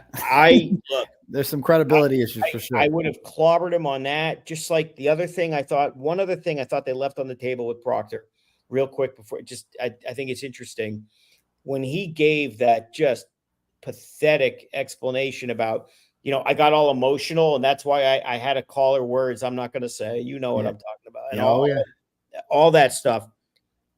I thought they left a really big thing on the table where they could have said, you've been doing this for 12 years, making murder arrests, horrible cases.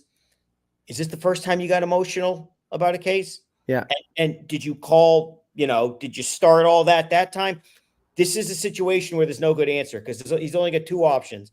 Number one, no, I don't get emotional. I only got emotional on the probably accidental hit and run, which is these guys are desensitized as cops.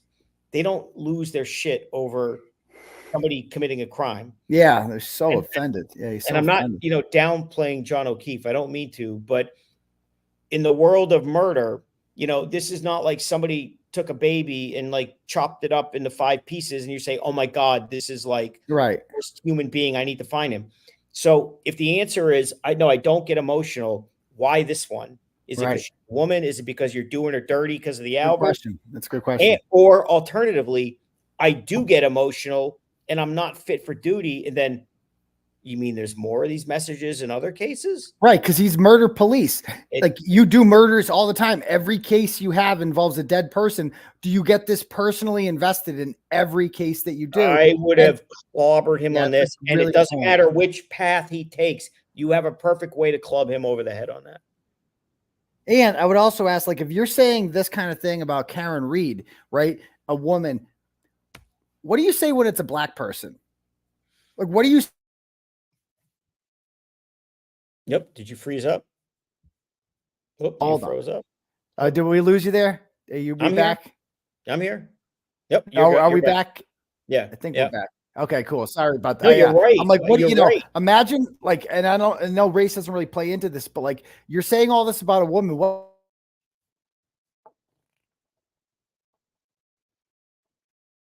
Oh, we lost you again. Dude, I keep losing you. Hopefully we're back. Well, I think it's you, but it's fine. Yeah, no, it's you're definitely right. me. Yeah. But the women thing too. I mean, don't forget the medical examiner, another whack job. Another whack job. Yeah. All the women are whack jobs. Women are all whack jobs. And I mean, you could just go to town on this guy. And by the way, the text to the medical examiner, once you get past the shock and awe of just how awful what he said about Karen was, just how terrible, the bullying of the medical examiner is legally for the case and his credibility is worse. It's not as shocking, but I mean, he's claiming I'm making the arrest no matter what. And they're just right around the time they want to upgrade this to murder. He's like, I need you to classify this. And they're talking about who's going to be the better one to do it. I mean, this is just an all around shit show. Everywhere. Let me play part of this. We're not going to listen to the whole thing. This is how this looked on camera. Like this is how it looked on camera. Like they close up her head like it was that? so bizarre. Oh it's so bizarre. God. And so this is how she explains the timestamp. We're just going to listen to like a minute or two, and I'm going to explain what I think the problem is. Of different elements that I'm showing in terms of what searches were searched where, and when, and what source of data they came from. So if we look at this first search, I have them in the timestamp order that is associated with the artifact. I want to clarify that we need to discuss the meanings of these timestamps as we go. So this first one that you're going to see is, and I'm just going to reference my paper because of the size, is 0227 and 40 a.m. So that's 2 o'clock in the morning, 27 minutes and 40 seconds. And it is a search for the term HOS, long to die and cold. And that is timestamp in this instance is from the browser state DB, which is right here. The browser state DB is an artifact that speaks to when tabs are moved. So when you're using your browser and you open different tabs, you may have a search that this time pertains to the time that tab moved. It could be lots of things. It could be you switch tabs. It could be you close the tab. It could be you minimize the application. Depending on the version of iOS, what can be that browser state of the tab that changes this timestamp differs. But what's very special to know about this timestamp is that that is not the time necessarily of the search. If a browser is opened and a single search is made, those will match.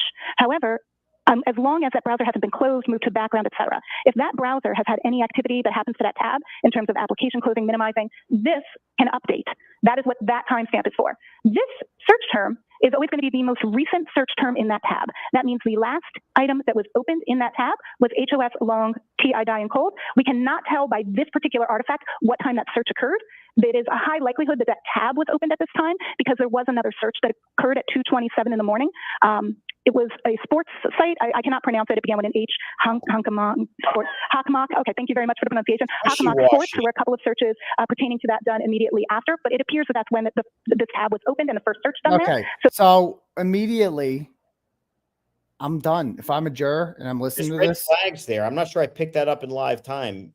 Words like necessarily, could have been. Yeah. I mean, she's not committing to what she's trying to say, but go ahead. I don't. It's like my whole thing is if I'm a juror, it's like you have this damning evidence that has been provided on the Jen McCabe cross-examination of a Google search. It says right on it, 227, How Long to Die and Cold, deleted. Yes. So that's pretty damning. And if you're the prosecution and you're trying to convict Karen Read over there, it's essential that you show the jury that without a doubt, that is bullshit. That's a mistake. It has to be 100%. They can't win this case unless they wipe out the defense argument. It has to be killed. And you have to do it in this is technical shit. You have to do it in the simplest way possible to explain it to a jury. And that means you have to do it slowly and you have to speak their language. And this woman just gets up there, blah, blah, blah, blah, blah, and the database and the SPLQTR and the blah, blah, blah. I didn't know what the fuck she's talking about. I had no idea what she's talking about. Exactly what I'm saying is that I understand her conclusion. You know, it wasn't made at 227. It doesn't mean it's credible or I believe it. The problem she has is the gobbledygook that leads to it. And if the defense, as I was talking to someone earlier today, puts it in English about the clock ticker thing we talk about, clearly in English, the jury's going to say, okay, they have opposite conclusions. Okay. So already I'm like, I don't know. Right. Which is a win for the defense. But then you say, yeah, but that guy totally makes sense. If he's telling us there's a clock and it's time stamped by the second, and that corresponds to 227, then her gobbledygook crap means nothing. And that's it. Yeah. And they gave us this stupid, she came up with this, she told Yannetti this panda thing about, well, just, you know, if I said, if I looked for, I forget the exact thing she said, but basically. I know what you're saying. I can't tell you it wasn't there. Just like I can't tell you they didn't search for a panda because I don't see it. But there was no Google, there was nothing presented that said she looked for pandas. There was something that had said she looked for that. So what I am going to say though, is we're going to disagree about this, but that's okay. I totally agree with what Yannetti did on the cross, which was, it's gobbledygook. That's good. Leave it. You're not going to like take her on. She's still going to say it was not what you want. They have their own expert. She comes off very wonky. They know what they know. They know what their expert is going to say. Fish around for a minute, get her to admit all they showed you was this. It came from Tully, a name the jury just heard, and got cross-examined about investigative decisions that he ignored, which fits nicely with what Yannetti was doing a day later. You know, they tie it all together and then just get her out of there. No need to attack her. Right. I guess the one thing that I think you and I both agreed on is like, I would have asked her, like, how'd they find you? How'd they find you? Who called you and when?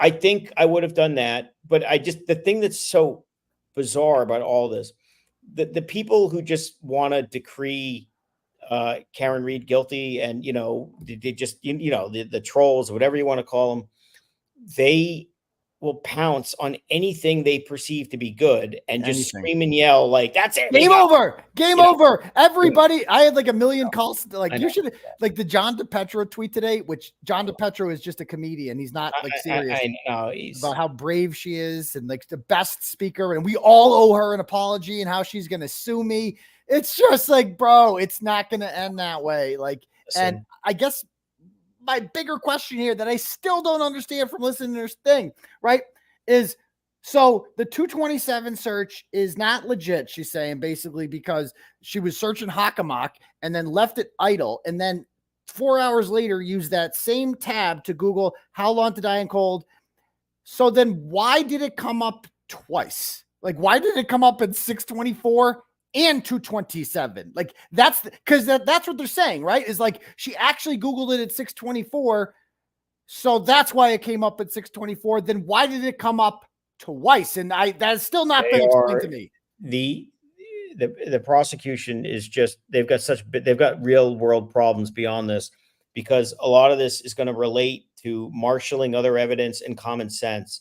And when you see the 227 search in the context of all the other Albert, Higgins, McCabe, bizarre, inexplicable butt dialing and conversations and deleting screenshots, creating a new contact for Brian Albert and deleting it. I mean, explain that at 2:30 in the morning, whatever it was. So when you look at it as a jury in a moving picture here, what they're going to say, does that make sense that 227 fits right in there? Or is it what Jennifer McCabe says, which is 4 hours later, when they already know John O'Keefe has been lying in the snow, that I was sitting in the back of a police cruiser holding Karen's hand praying, and she says, can you look this up for me? And here's the thing. McCabe is screwed by the exact precise time of that Google search. The 603 search is at 603. You can't change that. So if they're sitting in the back of a police car, whatever it is, whatever the minute is, 60, whatever. My point is, those cruisers all have GPS clocks, as you know, and you've seen it. You find the cruiser that she claims she was in, or by process of elimination that she wasn't, and at that exact time, what's going on? And is Karen in the car praying with her? It doesn't match up, because there's no flexibility, because that search had to have occurred at that time. And the problem with McCabe is she adds too much detail to the lie. I mean, the whole like holding hands, praying. Yeah. And let me just be very clear to all the trolls out there who are like, oh, Turtleboy's lying, Turtleboy, like, she's going to sue you. I want to be very clear, and I'm not going to state this as an opinion. This is a fact, and she can sue me. I invite a lawsuit. Jennifer McCabe Googled Haas long to die in cold at 2:27 and 40 seconds. That is a fact, not an opinion. She did that because she was plotting to put him out in the cold to die. And I invite a lawsuit. I invite Jennifer McCabe to sue me. Please, God, sue me, because in civil court, we're going to get things that the defense could not get, because it's a completely different standard, how discovery works there. I am begging Jennifer McCabe to sue me. Please, please, please. I am doubling down. I'm going to sell more of these t-shirts than ever. She Googled how long to die in cold, 2:27. I mean that with I will go to my grave believing she did that. So I just want to explain that to them in case there's any doubt about this. That testimony yesterday meant shit to me. Meant absolutely nothing to me, because again, wait for us. Let's hear from the other expert who found that, and let's hear from the Celebrate guy who's going to explain for the first time in the history of law, in the history of Google searches in courtrooms and policing, how for the first time a Google search is not real. A Google search just didn't happen. How many other convicted criminals out there are filing their appeals right now based on that testimony? So here's what else is going to happen. And this is just a legal observation. I'm not, if that search can be established to have been a 2:27, I mean, like really established, then she's perjured herself clearly, because she's testified emphatically it never happened, right? Like there's no ambiguity there. And if her credibility is shot, and Brian Albert's credibility is shot, and all of these people have done these things, well, that's going to impact another criminal case. Right. It's like a lot of other criminal cases. I know you probably want your trial, and but like when this case explodes, you have to just recognize there's probably a decent chance that there's just no viable case, because these people are just not credible. With me, with my criminal charge. Yeah. I mean, they're all going to have to take the stand in my case too. Why would they? I mean, we're back to like a Fifth Amendment situation that Proctor should have listened to what I said. Why is this idiot testifying? I have no idea. I mean, he made his life 1,000 times worse. He should have just taken the fifth across They all the had board. to testify in front of the grand jury. They all had to go in front of the grand jury to go against me. And that's easy. They're not, I mean, I'm talking after the Karen Reed trial, when they're just completely discredited. And if, again, the Google search is emphatically proven, what lawyer is going to let her? I mean, she can't test. She's useless as a witness at that point.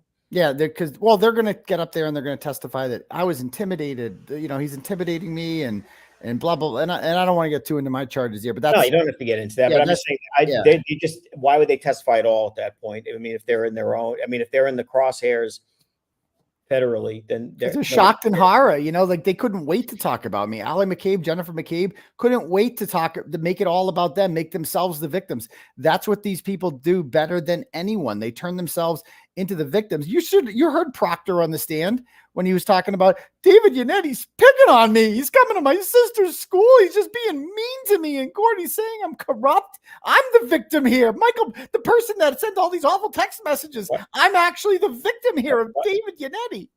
By the way, with Proctor, when Lally got up and did a redirect examination and kept him on the stand longer, it's just one of these, like, is there no one in the DA's office who can just pull him aside and say, fella, young man, get this piece of shit off the stand? Like, Yes. This is not good. And then to go back and say, basically, I still hate Yannetti, like very remorseful about what he did.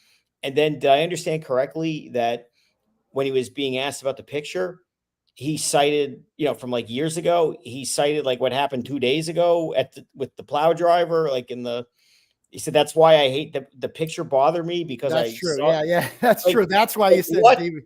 Yeah, that's a good point. That makes no sense. What are we doing here? And that got struck. That got struck from the record, but I almost wish it didn't, because I interviewed David Yannetti outside of court. Did you see that? I did. Let me actually bring that up here. let me bring up the Proctor. I'll start with Proctor's thing that he had in court. And let me see here. Another reason why you're looking at that, why Proctor is going to get fired, because he's going to be useless to the state police, because he's going to be on the naughty list, the cops, that they have to disclose to the defense. He's useless as a witness unless he's going to be a janitor for the state police to get his pension. He just has no value. He's definitely going to get fired. Yeah. Let me see here if we can get, I think this is the part right here when they talk about how David Yanetti's being mean to him. Shame on you, sir. Oh, wait, what'd you think of that? All right, so jurors disregard that. Lawyers can't make comments. They can ask. It's totally again, in a literal sense, improper. However, it was necessary. I would have done it. I approve it. I think it's great. And I think the most important thing he did at that point was send a message to the jury that I believe in my client and what you did is disgusting and I'm pissed. And also, if you know your audience, this judge likes to complain and moan, but you know what she doesn't do? Anything. Reprimand. Yes. She's weak. She's like a substitute teacher. Her courtroom's a joke. I don't want to hear that. Or every time there's motions, they didn't turn over discovery preclude. When can you turn it over? She doesn't scare you. Like she's not scary at all. Like nobody's scared she of can her. be unpleasant, but no, I thought what he did in that moment was great. It was good for his client. It was good for the jury to hear. I want to play that. I want to play. It's like the grand finale of it all. And he kind of opens it up for it when he calls this a figure of speech. We see the text from Courtney Proctor. I did not give my name as I didn't want anyone to. So that's stricken. That's what was objected to. Just this one, or the whole page goes in. You were correct. You literally said that you hope that Karen Reed, the subject of your investigation, the woman sitting to my left, about 7 feet from me, that she would just die. Correct? The figure of speech. You wanted her. The figure of speech is you wanted her to kill herself. No. Right? No, it's not. Trooper Proctor, Karen Reed, in your investigation, had quickly become a very serious problem for you, hadn't she? Objection. Sustained. Did you believe that Karen Reed was a problem or an issue for your investigation? Objection. I'll allow it. No, absolutely not. In your words, quote, all the powers that be want answers ASAP. That's what you texted on January 29th, right? Yes. That put a lot of pressure on you, didn't it, Trooper Proctor? There's a lot of pressure in every case, sir. This case involves a Boston cop whose family you were actually connected to, correct? Loosely. Chris Weasel. Loosely, yeah. Julia, loosely. Yeah, loosely. You agreed in your group chat that you needed to, quote, make this cut and dry because another cop was involved. Those are your words, right? Objection. Where is this? This was referred to in earlier text messages group chat. This whole thing, in their words, stinks, correct? Yes, I interpret that my motions got the best of me. Based that your life would be much easier if Karen Reed was just dead, didn't you? Objection. I'll allow it. No. Like I said, it was a figure of speech. My motions got the best of me based on, the fact that Miss Reed hit Mr. O'Keefe with her vehicle and left him to die on the side of the road. So my motions got the best of me with that figure. The way he looks at the jury and says that, like, he's just like, you guys believe me, right? Like this is understandable, right? Like I'm such a decent, honorable person that like, I was so offended by this murder, even though I cover murders all the time, that I had to say that I hope she kills herself, which is now apparently a figure of speech. The best thing about him is his lack of self-awareness. I mean, he walks off the stand. He says, "Thank you, jurors." Yes. They just want to look at you like you are like the most disgusting, like slither off the stand. Yeah. Like just go back, go away. Nobody wants to talk to you. Yeah, they're not, as if that will win them over. Like if I'm polite to them on the way out. And so now he's like, oh, figure of speech. How about this? Speech. Yeah, let's talk about your figures of speech. During the course of your investigation, your figures of speech include the following. This is great. She's a bitch. Objection. Is that right? Yes. A whack job, correct? Yes. A retard, right? Yes. A balloon knot release, right? Yes. No ass, correct? Yes. She's fucked, according to you, right? Yes. Ass leaker. That was the word you used, a figure of speech, right? Correct. A girl who shits herself, right? Correct. And then fuck her, correct? Correct. Would you agree, Trooper Proctor, that you have dehumanized Karen Reed during the course of your investigation with comments and words like this? Objection.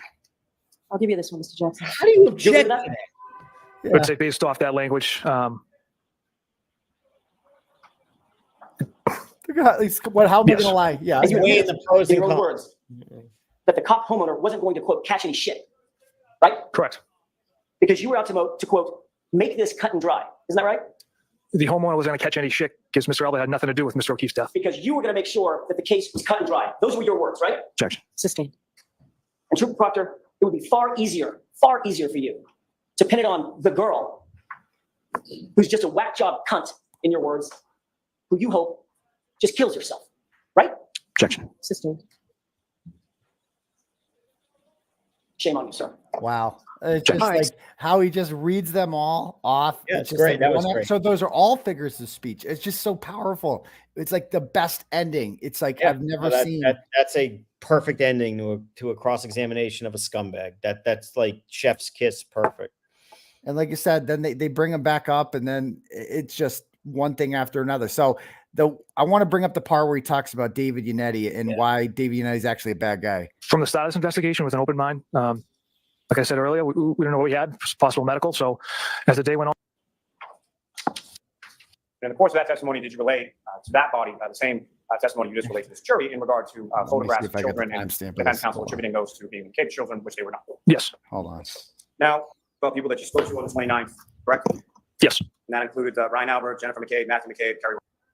People who are experts, those are people who have special knowledge or specialized knowledge as it relates to cell I want to get to technology. the part where One of the questions sustained. where he says he's If any picking on knowledge, us. are you aware of Nicholas Marino, Ms. Jessica Hyde, and Mr. Ian Within having with respect to Cellbrite or cell phone technology that you do not? Objection. Here's the part. Stood up in open court and spouted lie after lie. Oh, okay, so this is can't make. So this is where how he explains why David Yannetti is mean to him. This is good stuff. Why did you say these awful things about David? Good afternoon, sir. Now, when you had started the cross-examination the other day, you were asked questions about whether or not in August of 2022, you disliked or did not like Mr. Yannetti, correct? That's correct. Why was that? Well, basically, he stood up in open court and spouted lie after lie about me, called me corrupt and conflicted, dragged my name through the mud after I spent 10 plus years without a single complaint filed against me, and he had no basis or no facts of these wild accusations because there are none. This investigation was done with the utmost integrity, not just. I mean, this is the. I mean, how can he say that? With He just got killed on what you saw on his cross, and he's saying, how dare you call me unethical and dirty and corrupt? And he's just so offended by this. Like, you're a cop who just survived something called Black Lives Matter, in which you guys were vilified in the worst way possible by millions of people, including like half of Congress, right? And you were just the villains, right? But David Yannetti offended you in more ways than you've ever been offended in your whole entire life, somehow. Look how bemused he is. Look at Yannetti with that look. I know. Like, look at Alan Jackson. They're like taking notes. Like, is this guy serious? And then then this anecdote comes. And me, but my supervisors and other troopers in my office, as well as Mr. Yannetti shows up at my sister's school yesterday. Look at him. Look at him. In the parking lot where he's not welcomed or where people are not supposed to be, with one of their witnesses and their private investigator. And a teacher sees this, informs Mr. Yannetti that he can't be there. And instead of saying, okay, and leaving, he asks, is Corey Proctor in the building? Does she work here? She called me to see if she was being served. Wait a minute. Yes. This never. So he's the victim. Like David Yannetti shows up in the parking lot and they're like, wait, what? And now watch this. Watch this. Watch this. Like, what the hell was that? Like, again, I know we don't want to talk about it. You feel uncomfortable about it. I don't know what she's doing. I mean, she's mocking him. She's mocking him. Weird. She was mocking him. She no, was I laughing. get it. She was laughing. And this is why I'm not going to crap on her. Okay. But this is why, like the biggest criticism of me on this has been, I said unkind words about the O'Keeffes. I think people saw exactly why. That should not be happening in front of a jury. I mean, no matter who you are, that should not happen. I agree with that. So I asked David Yannetti about this because there was a picture going around on Twitter the day before that the trolls, like we're literally dealing with troll shit now. Like that's what Proctor's entering into court. A picture is posted of David Yannetti in the parking lot talking to what appears to be Lucky Loughran and his private investigator. And some people were saying it wasn't even Yannetti. And so I just want to, as a reporter, I just want to ask him, like, what's up with that? And we got an answer. This is what he tells me. Couldn't control my reaction in court. Steve, do you know what he's talking about with that picture that was going on Twitter? There's like a guy that looks like you talking to Lucky Loughran. Aidan, that was me. Oh, that was you. Okay, yes, all right. So that was you. Okay. Any lawyer is going to prepare a witness to testify. Standard. I took the off day and I went down to Canton because I wanted 𝗥𝗂𝗄𝗏 to go through his route with me. Okay. 𝗥𝗂𝗄𝗏 asked to meet in the Kennedy School parking lot. I had suggested meeting at the DPW. I didn't know who worked there, who went to school there. I don't know Canton. I'm not a South Shore guy. I met with 𝗥𝗂𝗄𝗏 with my investigator. We left the parking lot. He took me on his route. We went back to the parking lot, picked up the car, and we left. He made up a conversation out of whole cloth that somebody supposedly approached me and had a conversation with me about leaving. Something about his sister. I guess his sister works at that school. I don't know. I have no idea. I have no idea. But I was a firsthand witness today to perjury by the lead investigator who is framing my client. I was a firsthand witness to that today. That explains my reaction in court. When will 𝗥𝗂𝗄𝗏 be?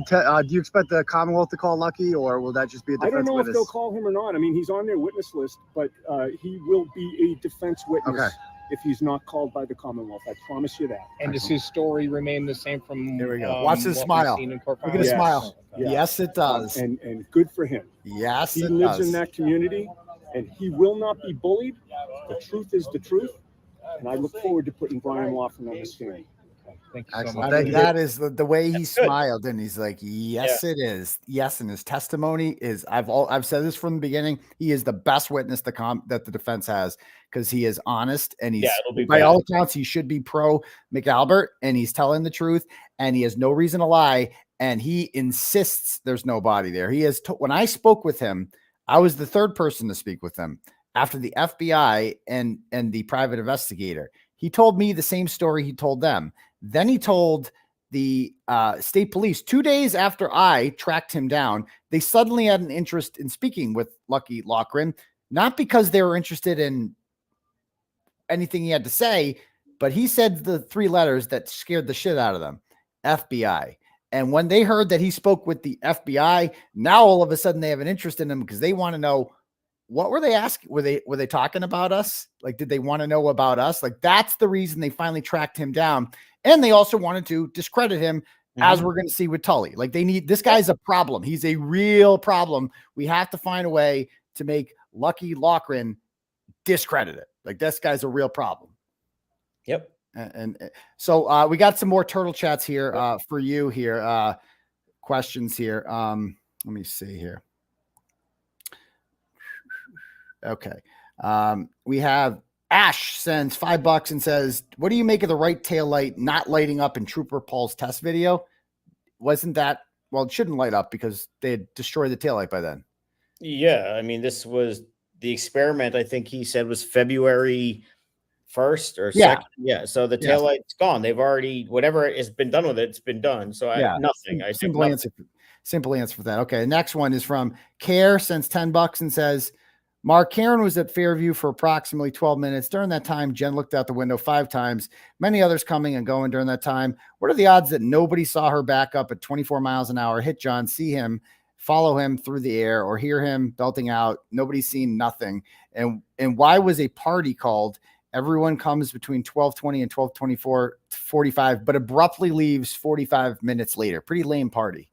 I think those are good comments. I mean, the idea that nobody would see or hear it makes no sense. And it is interesting. Everybody is rushing over there after already drinking for, 8 hours.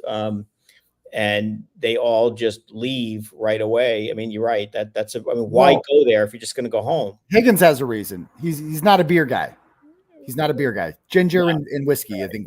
And he's got to go to the office and, got to do some stuff. Imagine saying that and thinking anyone's going to believe you. It's just pounding all that booze. I'm going to go drive over to the Canton Police Department and do some work. Yeah. No, I think that's an interesting point that they all went there and then somehow all disappeared right after the shit allegedly hit the fan. Yeah.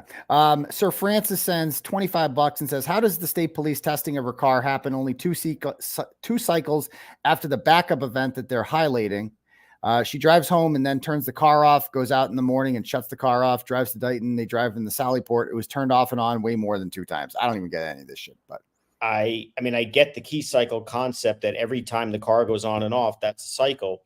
And if the test cycle is only 2 after they say she did the accident, I guess that doesn't make sense because there will be other trips in between. Yeah, none of it made any sense. Certainly Lalli didn't explain it right. The charts are impossible to interpret, and that's just going to leave him on a summation to try to explain it. And, no one's going to listen to that anyway. Tara sends $10 and says, Mark, can you break down the new motions the Commonwealth submitted for jury instruction changes, reasonable doubt and consciousness of guilt? My God, the consciousness of guilt one is disgraceful. So, when you have a proposed jury instructions, you tell the judge, this is what we think you should charge the jury.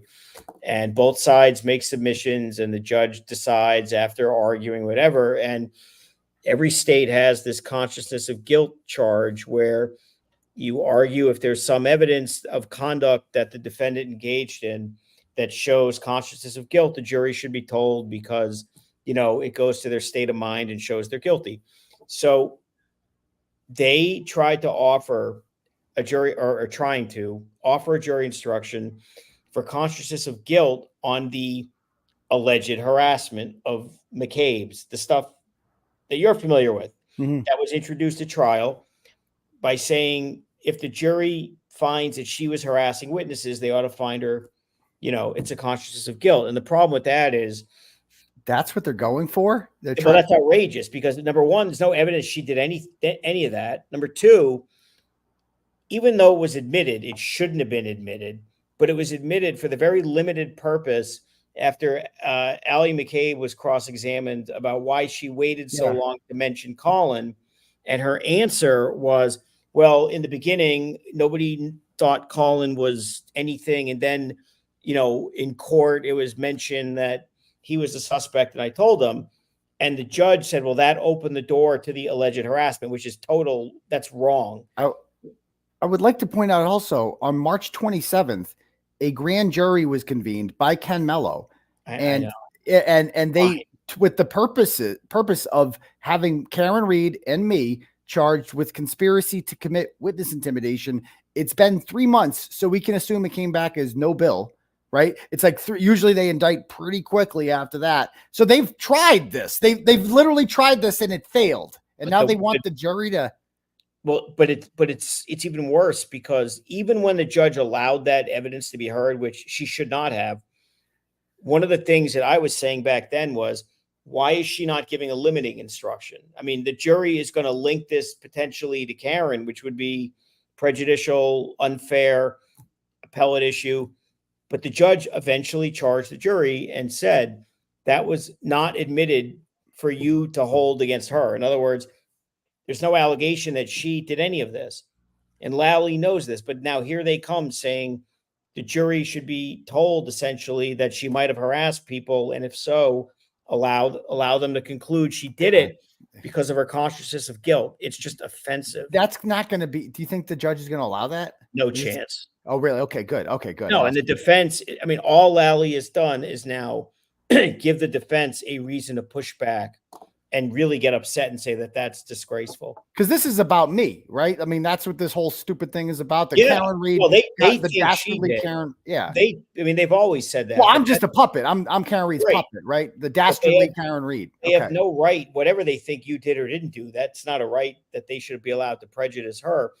This is actually one of the sleaziest things they've done in this whole trial, and that's saying something. Yeah, it is saying something. I got another question here from Zach. Says, Mark, does Lalli have giant balls, no brains, or both to ask those jury instructions? P.S. Grant's towel gimmick is a character from South Park. Okay, yes, correct. Yes, we're aware of that. Thank you. But does he have giant balls, no brains, or both to ask for those jury instructions? Boy, that's a tough lead into that question. That's not a visual I was hoping for. Does he have what and what? Again, giant balls. I mean, I think your answer is pretty clear. This is fucking pathetic, right? It's just like disgraceful, and that it's a last ditch effort of a losing team trying to throw up a Hail Mary, right? I don't think they shouldn't be trying her, but they never should have indicted her. So yeah, shame on them for what they've been doing for the last several months, unless they have some bombshell evidence, and it certainly doesn't appear that they do. They're near the end of the case, and look what you're listening to. I mean, you're listening to a almost reconstruction expert, and this is what they have. Mm-hmm. And That's the witness that's linking her to the car accident. Yes, at least they're This is the finally. guy. Yeah, at least they're finally talking about the car accident. 8 finally, weeks later, finally. this is That was the guy. That was the guy. That was the big guy we were all waiting for. Was that guy? Then we have Lorraine sends $10 and says, "Who are they trying to protect, Higgins or Colin? Why take such a hit to their livelihood? When did Proctor find out he needed to set things up?" I mean, these are a lot of questions, guys. So let's do one question at a time. I mean, I guess I'll ask, like, why do you think Proctor, like, put his whole reputation and career? This is something the trolls ask. Why would this guy go out of his way and risk everything to protect Brian Albert? What's your answer for that? I mean, it could be any number of reasons. He could be just fundamentally corrupt, or he could be beholden to Brian Albert. You know, that they recruited him to do this. He makes a decision that he quickly regrets, which could explain the wish she would kill herself. Easy way out, right? No investigation. Yep, that's a good point. I mean, I've always thought that suicide text was a stream of conscience of his, saying, like, lamenting that, have I gone too far? And if she would just off herself, that would solve a lot of problems. That would solve everyone's problems. But like, yep, okay, good. So we don't have to put her in trial. We don't have to go through all that. We don't have to expose ourselves. Nobody's investigating. Everything's done. Yeah. Yep. Like kind of like Jeffrey Epstein. Like Jeffrey Epstein killing himself saved a lot of people problems, right? And so they're killing himself, right? We have $25 from Angie. Again, this is a long one. So if we're going to send in donos, you got to be brief with them. Can the defense call back the tow truck driver and show him the picture of the prosecution displayed of Karen Reed's taillight? Yes. Okay. I mean, and yeah, they could. Yeah. I'm surprised the tow truck driver is not a bigger part of this. Like, I would, like, when you tow I used to valet cars and take a picture, and we always know where scrambled, because the insurance they have insurance, and like the last thing is they want is some guy be like, you scratched my car up, and the tows do the same thing. They must take pictures of the car, right? So they don't get blamed for that. Yep, definitely. I don't know. So I'm interested from hearing from them. Yeah, as well. I agree. It's kind of a weird missing link here. Yeah. Jennifer sends $10 and says, on Trooper Paul voir dire cross, Auntie Bev reprimanded AJ for comments aren't appropriate for the jury. That's also not good for me. Is this worrisome? Shouldn't she disallow the testimony due to discovery issues, regardless of her feelings? Thank you. Love you both. Free Kearney. Yes, she should keep it out as a discovery violation, which I think will be the basis that she'll ultimately do it. In terms of her telling him, you know, stop the dramatics because there's no jury. I mean, I've seen that happen before. She just thinks, you know, she doesn't like it. She doesn't like it. She doesn't like him. Nope. Doesn't like his flashy California style. No, I mean, you know, she's not used to it. I mean, she's sitting in a closet courtroom in Dedham, and, you know, this isn't her style. No. But there's nothing ultimately she can do. She can't stop him in front of the jury, and she's not going to stand in the way of a not guilty verdict. Put it that way. I mean, I wouldn't be worried about it, but when there's no jury there, she just wants none of this stuff. Patty sends $10 and says, if Colin's or Brian's DNA becomes available, could they then test it against John's clothing? I suppose so, right? If there's enough DNA that can make enough DNA to even take a sample. I mean, sometimes even if you detect the presence of DNA, if there's not enough concentration of it, it may not even allow a sample to be taken. So I don't know if that's the case or not the case. Lally sends $25 and says, do you think Lally has any witnesses besides the medical examiner left to bring? Also, thank you again, Turtleboy. I think I've said that Garino has to go. He has to go because he's the guy that did the original cell phone extraction and didn't find How Long to Die in Cold or any of that shit in there. And he's going to have to explain that. Also, the other big one was Ian Whiffen. Other than that, I can't think of anyone else that really needs to be called. The love of God, hopefully not. I know. Seriously.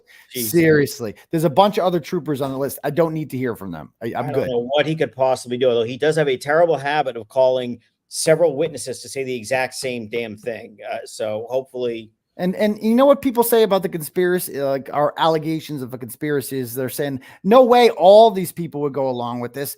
And I just think that it's bizarre. Like most local cops that I talk to, they believe Karen Reed is being framed. They look at this and they're being framed. But within the state police, I have buddies that are state troopers, and they tell me that like it is a general consensus amongst state troopers that Karen Reed is guilty. and they all just believe it. And the only conclusion I can come to is not that they're all in on some grand conspiracy together. It's that their natural inclination is this affects all of our reputation. If we believe Michael Proctor's fucking around, that affects all of us. And no, we're going to stand by him no matter what. Yeah, I mean, look, I mean, most cops that I talked to, I know a lot of cops from professional reasons and whatnot for years. A lot of them think that this stinks to high hell, a lot, almost all. But there is still, you know, a mostly active duty to a blue wall, if that's the right term, where there are going to be cops who just say, and they're not corrupt, they just can't believe it. I mean, it's hard for them to contemplate that somebody like Proctor could be as awful as he is. Now, how would they feel after hearing his text messages and his ridiculous, you know, explanation for them and his ridiculous claims about the taillight in light of the other cop? I don't know. I mean, how many of these people who think she's guilty actually are familiar with what the evidence is? I believe Brian Albert brought the Craigslist killer to justice, and I'm almost positive that they found that he dropped a Coke can somewhere, and that's how they got the Craigslist killer. And so I hope they're cognizant of what they're putting in their trash. Hey, they got this Long Island serial killer out here from a pizza crust that he discarded for like years and years ago. I mean, these are like serial killings from the early 2000s. Wow. And they got him on a pizza crust like 4 or 5 years ago, whatever. That's unbelievable. A little Irish girl sends $10. Says, Mark, what did you think of Auntie Bev cutting off Yannetti and saying, I know you had a whole speech prepared? Inappropriate. Inappropriate? Yeah. She doesn't like them. Yeah. She does not like them. Yeah. I know you have a whole speech prepared. Can we stop? She doesn't like the theatrics. And, you know, the reason she lets Lally go is because there's certainly no theatrics. It's just droning on, but she'll let him go for as long as he wants. But when these guys show some piss and vinegar and want to be heard, then she wrenches up and doesn't want it. Yeah. So let's jump to Tully now real quick. Well, I got you, and then I'll let you go because I know it's getting late. You're doing the rounds. You did the Young Jerks before this. You must be exhausted. Tired. You're in high demand. So we'll do the Tully one real quick because I just want to talk about one thing and how it kind of the search warrant shit with Tully. So let me pull up his. Yeah, that was pretty bad testimony. Let's see here. I mean, he does wear shorts, so you know he does wear. I mean, a true Bostonian. He is probably the best. Like the least rattled by Alan Jackson of all. Oh yeah, no. He had a very professional demeanor, although he did use some tells with, you know, I would argue and I would push back. Those are not words you should be using. Like he just seemed like he was ready for this moment. Like he had been, you know, preparing, you know, so let me play, let's see. The Tully, the search warrant talks at 146:10. Okay. Let me see, 146:10. Why are they all bald? I know it's the cone heads. Yes. Very experienced, correct? Supposedly. And I expect that there have been circumstances, Lieutenant Tully, in which you sought a search warrant and the judge says, no, I don't think there's enough here, correct? Yes. You don't get in trouble for that, correct? Yeah. With whom? No. With the court. So you have nothing to lose by applying. You might as well you don't apply. get sanctioned for it. You don't get your pay docked because you don't get a search warrant based on an affidavit, correct? Correct. So there's no real sanction in seeking it if you in good faith believe that there's a reason to seek it, correct? Outside of the time that it takes to offer it and put it together and go to court, yes, there's no sanction. Of course. But in a homicide investigation, you're not going to fail to do certain investigative tasks because it takes time. You're going to do what is necessary for the investigation, correct? Yes. You indicated that you did not believe there was information sufficient that y'all had at the very initial stages of the investigation to seek a search warrant or to ask for consent, correct? Yes. But you did know the following. In the initial moments of the beginning of the investigation, you were aware that John O'Keefe had been invited to a party inside a home, right? Yes. You knew that home was located at 34 Fairview.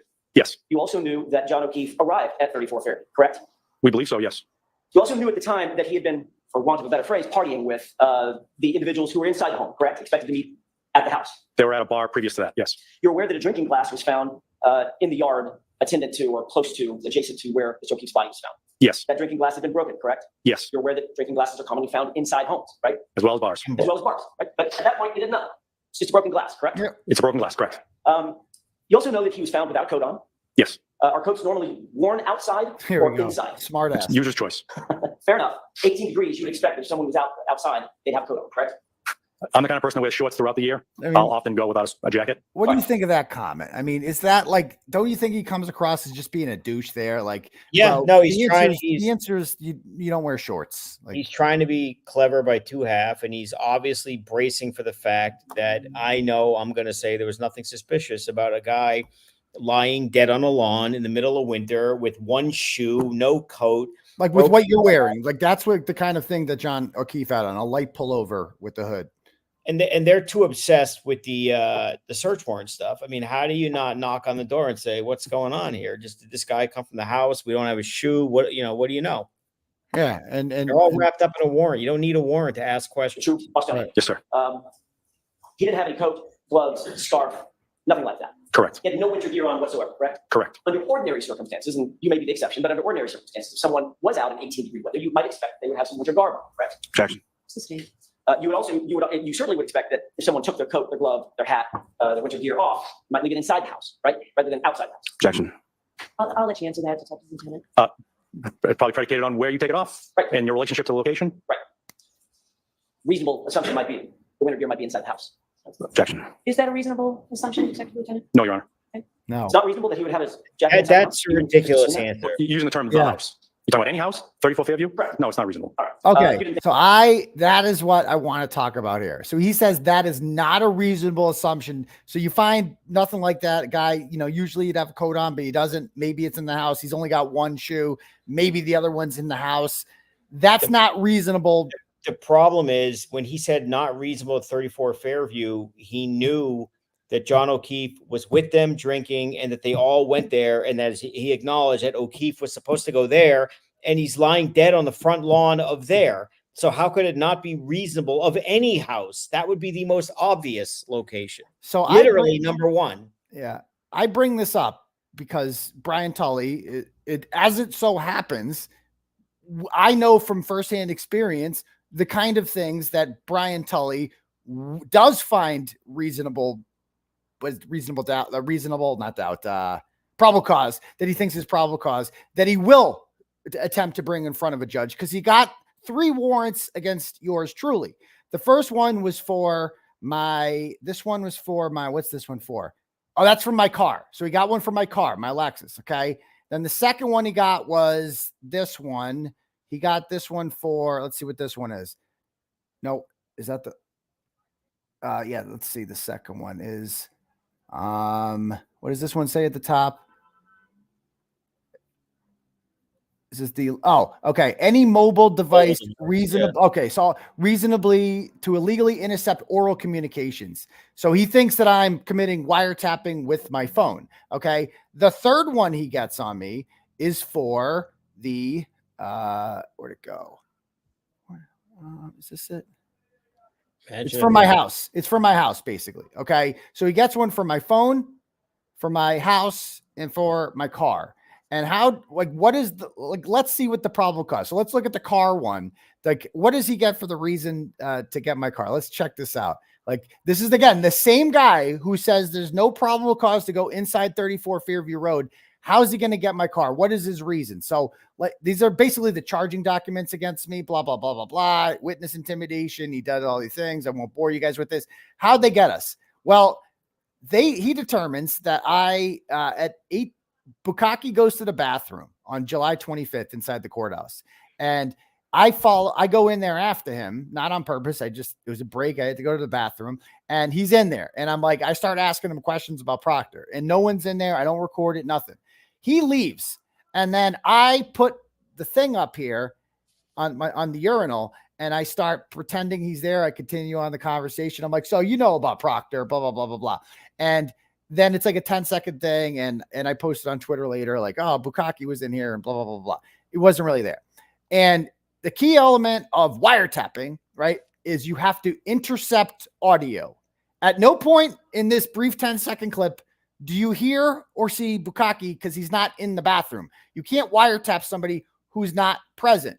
And they use this, and they look at all the shit they do. They go and they get, oh, there's 𝗏𝗏𝗃 going to the bathroom. There's me going to, oh, I have the phone, the weapon of felony weapon in my hand. They got it circled. There he is returning 37 seconds before me. They got me.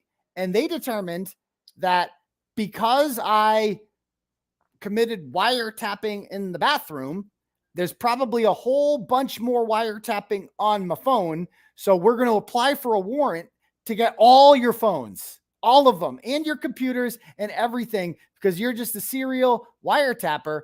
And he finds that probable. He brings that to a judge. A judge signs it, by the way, and they get all my phones, but he won't get one for Brian Albert's house. So that's... Yeah, I mean, they won't do it for Albert's house, which is bad. And certainly the fact that they're spending more attention on this than trying to solve a homicide is disturbing. But I would think even worse than getting a warrant for Albert's house, because again, they can still walk in, is not seeking DNA. I mean, that's on the people. I would say Brian Albert, Colin Albert, Higgins, anyone in the house.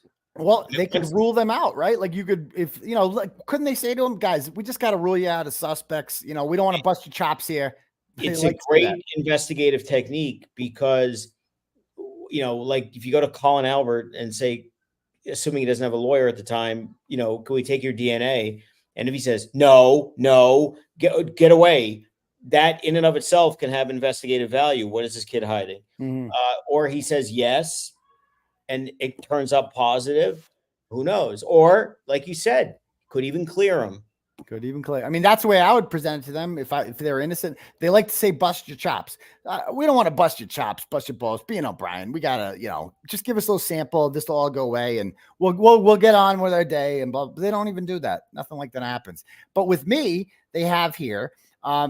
They go, and based on my training and experiences, I know that computers are capable of conducting internet searches. So he's well trained in that.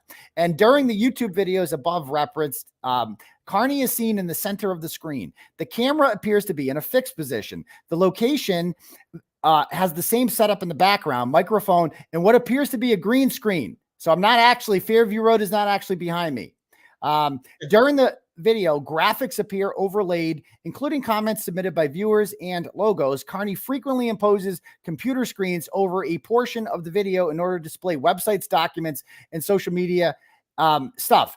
Through training and experiences, I know that in order to do this, you have to have multiple computers. So that's how they get a thing to get like all my computers. We need to take them all. And basically, the premise here of what he gets through is that he determines that I use my house to broadcast like this. I've committed witness intimidation. That's what they say. I disagree, but I've committed witness intimidation on the YouTube show. And through his training, he determined that the YouTube show takes place in my house, right?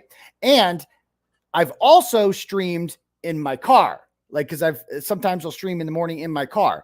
Therefore, my car is also the scene of a crime, and that's probable cause. So I made comments on my YouTube show, and that's probable cause to search my house. But Brian Albert has a dead body on his front lawn with no shoe, and doesn't seem to be dressed for the winter. And that's not probable cause. He doesn't even try it. He's not ashamed to bring that in front of a judge. A judge will apparently sign any search warrant because they signed one for me, but he's not going to do it in that case.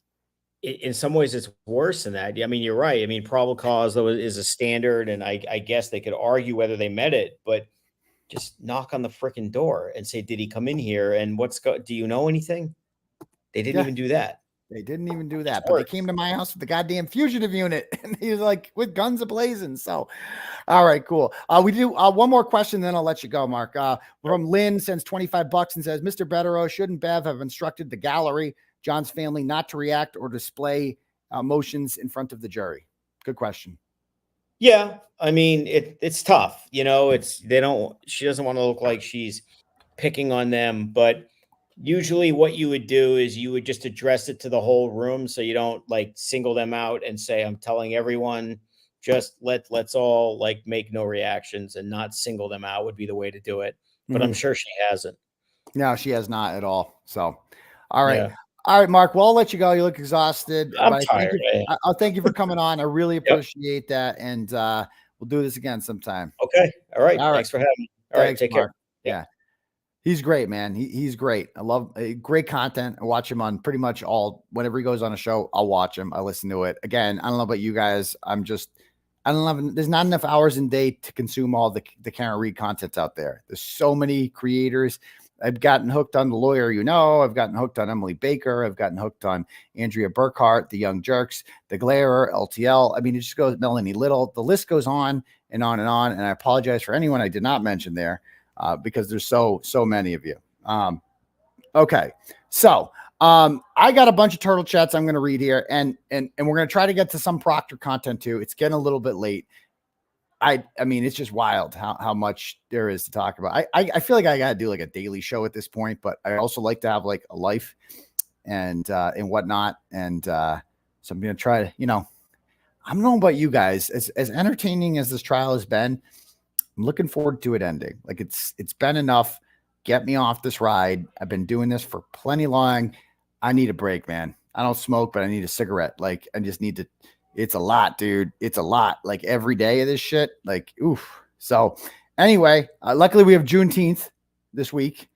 I celebrate privately. So we're going to have the day off, Juneteenth, George Floyd Day. And we will not have court on Wednesday. Tuesday is voir dire day. There's a full day on Monday and Thursday and half day on Friday. And I'm told the defense gets ready to fuck on Monday. So the fucking starts Monday for the defense. That's what I'm told. So anyway, I got some turtle chats to bang out here. Jerusha says, sends $5 and says, bite force of a pitfall is 240 PSI, breakpoint human skin. Okay. 1700 PSI. Apply Newton's cradle to KR backing into John's car for how PC broke. Okay, cool. Thank you very much for the $5, Jerusha. Jay from New Hampshire sends $10 and says, keep up the great work. Shout out to my wife, Marie, who is a recent new turtle rider. Welcome aboard, Marie. Go check out the book, I Am Turtleboy, on Amazon. And you can read about how I got started here. Amber sends $10 and says, make good trouble. Thank you for never backing down, Turtleboy. Free Karen Read and happy Father's Day. Thank you. I'm looking forward to Father's Day tomorrow. I love Father's Day. So Joshua McClintock, also known as the most confusing day in the anti-Free Karen Read world. A very confusing day. Just a lot of children walking around there, be like, what's a father? And who's mine? Wait a minute. Why does my brother have grandparents and I don't? There's a lot of that going on. Anyway, Joshua sends $5 and says, North Shore Eats Exposed says, fuck Michael Proctor and free Karen Read. Alan Jackson for president 2024. Thank you very much. Oh, Brandy Churchwell. I mean, there's so many good ones, man. There's so many. How can I forget Brandy? She's great. Does an awesome podcast, 13th Juror. Awesome stuff. There's so many people I'm forgetting. That's why I don't even like mentioning people because I forget others. I'm like, wow. Tracy sends $25, says, happy Daddy's Day, Doctor. Yeah, it is Daddy's Day. Tomorrow is my big day. Daddy. Thank you very much. Morgan sends 50 big ones. Thank you, Morgan. Says, Jessica Hyde was so hard to watch Friday. Self-serving. Am I the only one who doesn't understand how the Hockomock search around 2:30 was valid, but the Hosslong to die in cold wasn't? Excited to see Mark. It doesn't make any sense. It makes no sense. Like, again, I'll say it again. I said it before, and I'll say it again. If the 227, where did the 227 search come from? Why does it appear twice? Her whole thing is that she searched it at 624, so it came up at 227 and 624. Make that make sense. Because they used the same tab, but she also used a tab at 623 for like how long Tuckle and Cold or something like that. On the same tab as the Hockomock one. So shouldn't that other search have come up at 227? Like, that makes no fucking sense at all. None of this makes any sense. And it's like the fact that they're sitting there like, oh, gotcha. Everyone owes John McCabe an apology, nail in the coffin. It's like, dude, like I saw some posts today, like they are living in fucking fantasy world. That Karen Read's going to jail for a long time and everyone else and Turtleboy's going down. Like, bro, I got bad news for you. I got bad news for you, dude. It's not ending the way you think it's going to end. Here's how it's going to end. Okay. Karen Read's going to be acquitted in a couple weeks. That's coming real soon. You're going to hear not guilty and she ain't going to have any more legal problems again. She will not be sued in a civil lawsuit because the McAlberts are not going to let Peggy O'Keefe sue Karen Reed in civil court. First of all, she would lose that, okay? And they would expose them to all sorts of discovery that they could not get, in this criminal trial. They can get Brian Albert's fucking cell phone records. They can get they can ask for DNA samples. Like, they can do shit, because then the burden is going to be on Karen Reed to prove that she did not kill John O'Keefe, right? And so she can do shit that you can't do in this criminal trial. You'd be fucking like, she's begging them. She'd give it a shot. So it's not going to end how they think it ends. It's not. And I don't know if they really believe this or not. If they're going to, it's like they're going to find out Santa Claus ain't real. Like, Karen Reed's not going to jail. She's going to be acquitted in a couple weeks. And then me, I'm not even coming close to jail. Ever again. Like, never, ever, ever. I did my 60 days on a lie, because a lying scag who has been completely discredited and just absolutely destroyed her own reputation, right? Was just made up a lie, and they didn't believe her. The grand jury didn't believe her. They attempted to indict me for that because we have the grand jury transcripts now. Mello tried to indict me on assault and battery, and you can indict anyone for anything, and they didn't. So that was dropped. So that's it. That's their star witness against me. It's not, and I can't wait. I wish it would go to trial, but it's not going to. I wish I could call. You heard Mark. I wish, he's like, they're not going to let this go to trial. I wish a motherfucker would go to trial with me. I wish a motherfucker would. Like, let's go. Let's fuck. Let's go. Let's get in that courtroom. It's Karen Reed's had her time to fuck. It's my time to fuck. Let's go. But they're not going to do it. It's going to be such a waste. And that's how it ends, right? That's how the beginning of the end comes. First, we get acquitted, charges go away, whatever. Okay.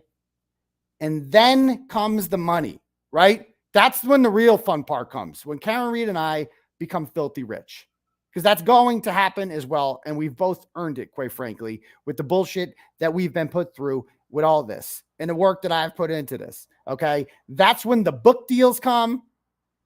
Both of us have documentary deals. I have a fucking entertainment lawyer. I'm in discussions for my rights to a fucking Hollywood movie. Do you understand this shit? Like, how fucking filthy rich I'm going to be when this is all said and done. I hope they're ready for that. I hope they're fucking ready for that, because it's not going to end the way they think it does. This does not have the good guys get to win. I'm the good guy. So that's that. That's that. And I don't even know what I'm going to start doing after this for content. But there's going to be a book tour. There's going to be speaking. It's going to be fucking awesome. It's going to be awesome. And I hope they're ready for that, because that's really going to suck. If they actually believe that I'm going to jail, no. That going to jail for 60 days is part of the reason I'm going to be rich. I hope they know that too. I hope they know that. I have a fucking law firm in Manhattan, and they're not the only ones asking to represent me. I am right. You're going to see. So just wait. Just wait. But I'm going to be humble about it. I'm not going to be one of those, like, Mr. Burns rich people. Like, I'm going to be like a cool rich person. I'm going to give to the poor. I'm going to be like Robin Hood. I'm never going to forget my roots. I'm going to be humble. I'm going to keep doing what I'm doing. And that's that. Okay. I'm going to be a cool rich person, like Mark Cuban and shit like that. Like, not like a lame rich person, like Donald Sterling or somebody like that. Like, I want to be like Bob Kraft, like that kind of rich person, like a fun rich person, like that everybody likes. You know what I mean? Okay.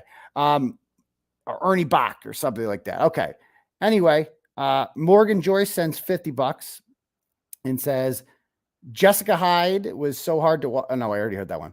Tanya sends $20 and says, today my son turned 13. Can you give him some birthday love? We love you, Turtleboy. Happy 13th birthday to Tanya's son, whatever your name is. Thank you very much, Tanya. I appreciate that. Anyway, next one. Eileen sends $20 and says, thanks, Turtleboy. From Eileen. Laura, please say hi to Barbie, a longtime turtle rider. Sup, Barbie? How you doing? Thank you. Patricia sends $10, says, can anyone confirm whether Jessica Hyde and Natalie the German aren't actually the same person? I know. Again, I'm not going to crap on her for her looks. That's the least of it. She was again, like Mark and I said, the number one question I would ask is, how'd they find you? There's no way that she was just the first name in the phone book that they found. Like, they shopped around. I guarantee they asked other experts, like, you think you can find anything here? They're like, nah, dude, that's legit. And that woman's like, oh yes, I love to talk about myself. I like to talk. So I will talk and talk and talk and talk and talk. And I get to pimp out my company to millions of people when I take the stand. And that's that. Anyway, next one is from Melissa sends 25 and says, my dad is now watching almost as much as me after hearing me talk about all things Turtleboy and Free Karen Reed. Please say happy Father's Day to my dad, Bob Delaney, and my brother, Bobby, in heaven. Oh, God bless you. God bless you. You too, of course. So thank you very much. Happy birthday to Bob and Bobby in heaven. And God bless you, Melissa. Thank you. And I'm glad Dad's watching. Okay. Do we have others here? Let's see. I thought I had more here. Jay from New Hampshire sends $10, says, keep up the great work. Shout out to my wife, Marie, who is a new recent turtle rider. Thank you very much. Amber sends $10 and says, make good trouble. Thank you for never backing down. Hashtag Free Karen Reed and Free Turtleboy. Happy Father's Day. Tracy sends $25, says, happy Daddy's Day, doctor. Okay. I think I got that one already.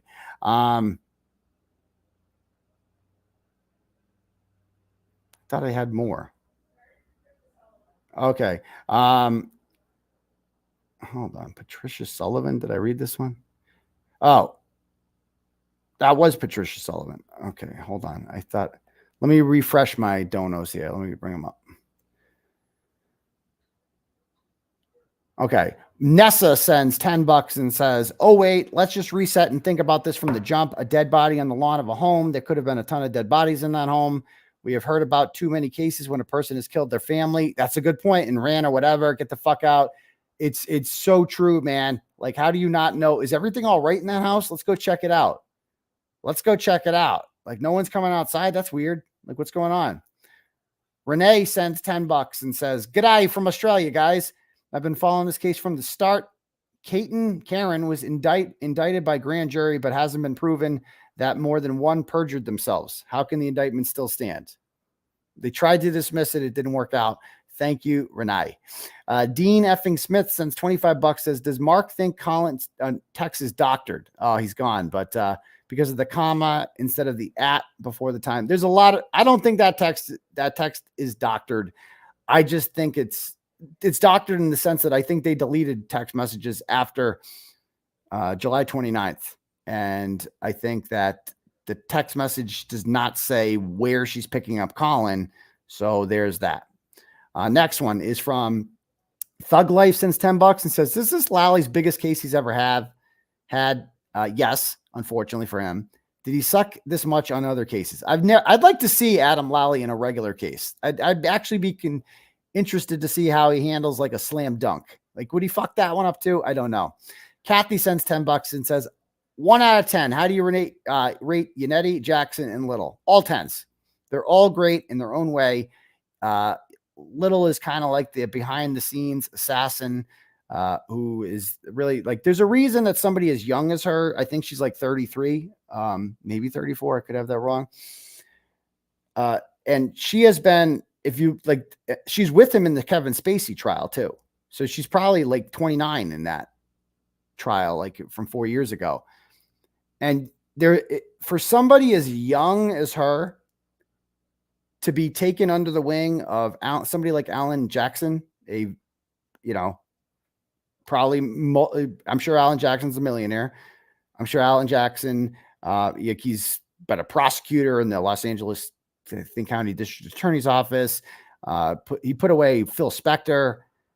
He's done a lot of big work and he's had huge clients. For somebody like him to put his trust and like make his number two, somebody as young as Elizabeth Little says a lot about her. I think about like how much he values her and how smart she is. So I think that says a lot about Elizabeth Little. She's obviously the one we hear from the least. and she's not nearly as flashy in court because she's quieter.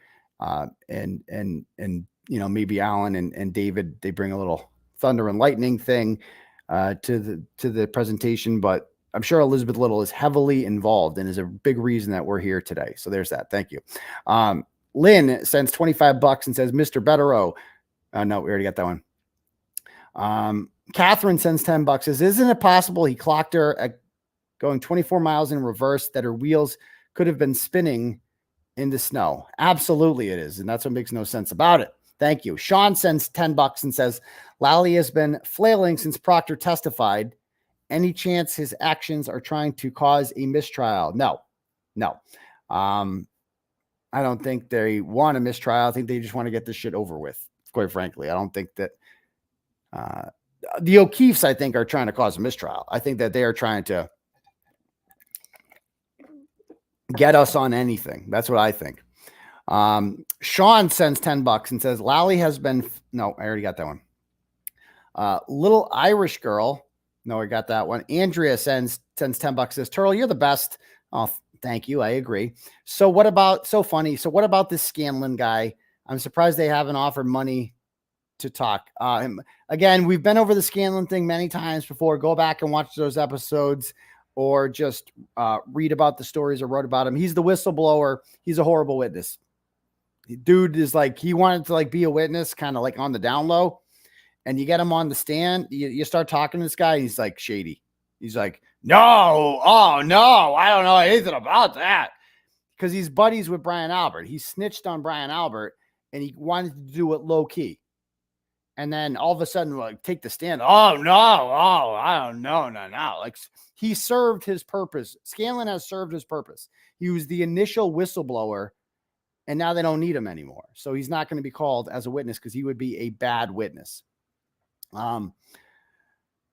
Denise sent $10 and says, Mark, what happened to John's hat? I mean, that's the $1 million question. Did they find it at the scene? I forget.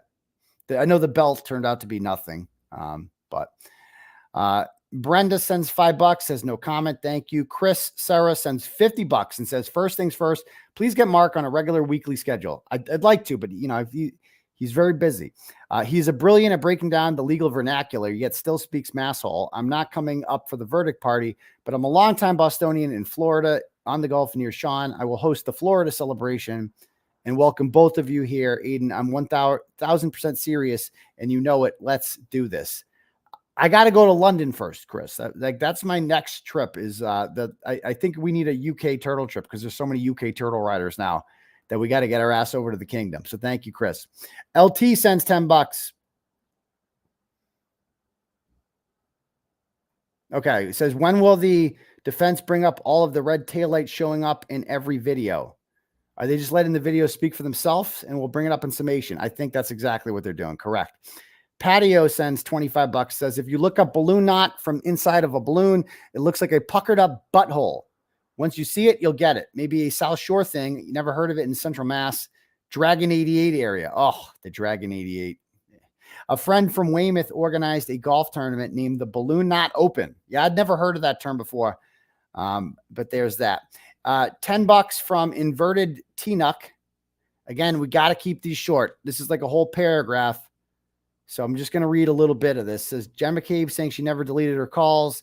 Jen McCabe saying she never deleted texts. Jen McCabe saying she heard Karen say, I hit him. Jen McCabe saying she butt dialed O'Keefe 7 times. Colin Albert saying he's never been in a fight. Brian Albert butt dialing Brian Higgins. Brian Higgins butt dialing Brian Albert. Michael Proctor writing in his report. He lists like 16 things in here, all of which are shady. I get your point. I totally get your point, Inverted T-Nuck. When you add it all up, it's just fucking crazy what these people think that they're going to get away with and how anyone is going to believe a word they said. I'm so happy this trial happened because they have destroyed their reputations. And at the end of this, if they get away with murder, there's no going back to, as I said, and they got indicted for, life as they know it is as normal is over. Like they've destroyed themselves. They will always be known as cop killers. Like Chris Albert will never be elected to the Board of Selectmen. That's done. He's going to do his little 3-year stint there, and then he's done. And all of these people, Jennifer McCabe going to go out. Everyone for the rest of Jennifer McCabe's life is going to know what she did, how she murdered She helped murder John O'Keefe. She Googled how long to die in cold. That's all she's ever going to be. Trash. And there's a reason that she's so willing to associate with trash. You know, she came to court with trash on February 26th, proudly. And it's like, look at me. I'm bringing my trash with me to the courthouse. I'm proud to be associated with trash. Jennifer McCabe used to be a, you know, a Canton high profile, like townie, right? With like a nice house, a husband that took care of her, and, you know, a soccer mom and all that shit, right? Now look who she has to hang out with. Trash. My leftovers. Like, that's who she has to hang out with. Crusty panties. She had to befriend crusty panties. Need I say more? That's who she's associating with. People who lost their children to DCF.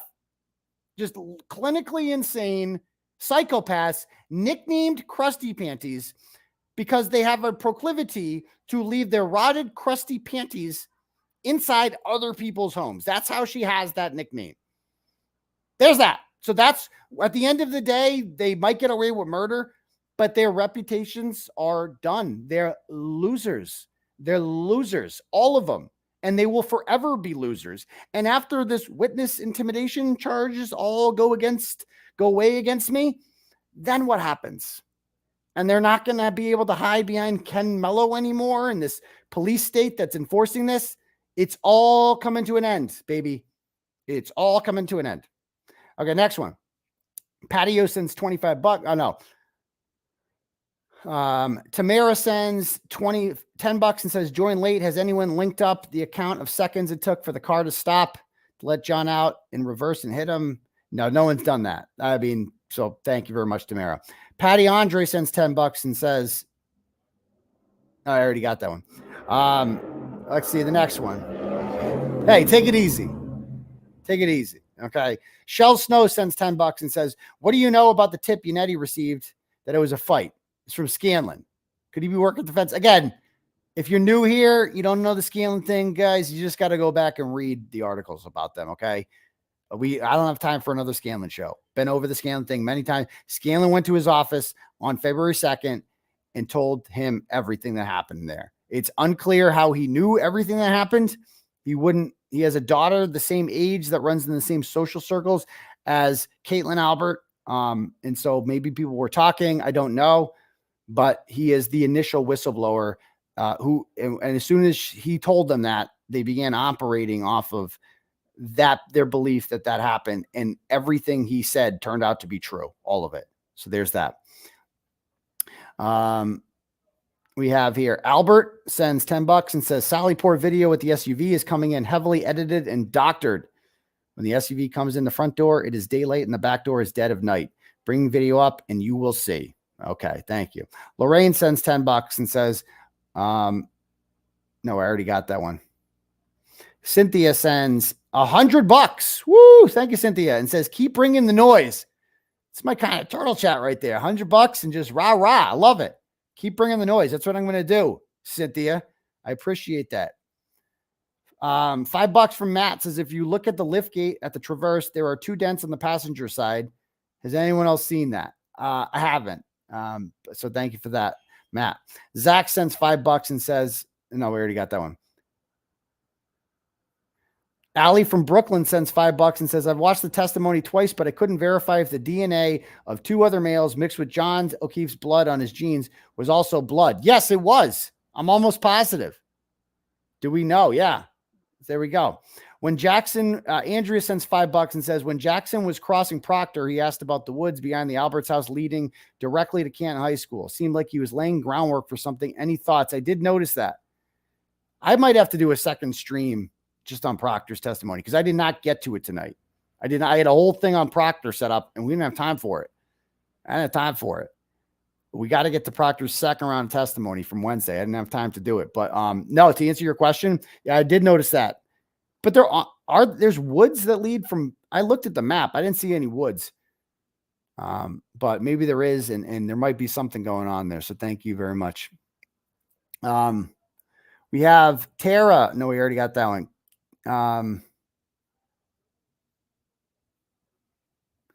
Alexander sends $25 and says, thanks, Turtleboy, for exposing this travesty. I want to donate to Karen's defense and even to her personal costs, but the crowd-funded pet website won't take my donation from Canada. How can I donate? She's got a Venmo. She's got a Venmo. Check out the Justice page, and they'll be able to help you out that way. Question for Mark. Why didn't Jackson ask Yuri or Proctor why they didn't take a picture of the taillight? No, we already got that one. CC sends $10 and says, what about it only being two key cycles between the trigger and his testing? Isn't that the tow driver? Again, I don't know. I don't even know.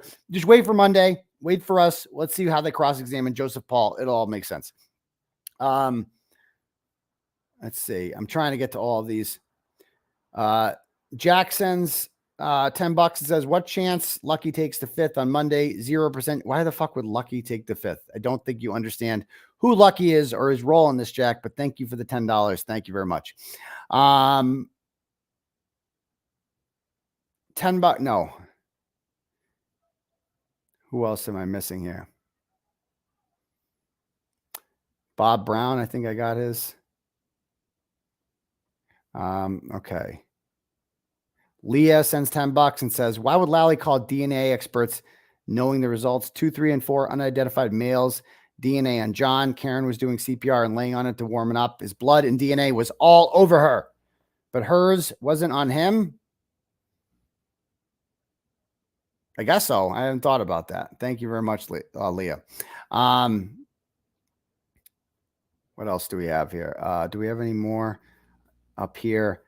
Let me just refresh this. And I know I got some Cash Apps. How many people do we still got watching this shindig? We got a bunch of people. I haven't even checked how many people we got out there. I noticed we hit 12,000 tonight. We got 9,400 still. That's awesome. We cracked the 12,000 mark. Another record-breaking show for the Turtlemeister. So that's cool. Patty O'Toole sends $30, says, if you look at a balloon knot from the inside of a balloon, it looks like a puckered up butthole. I think you set that one, Patty. So thank you very much.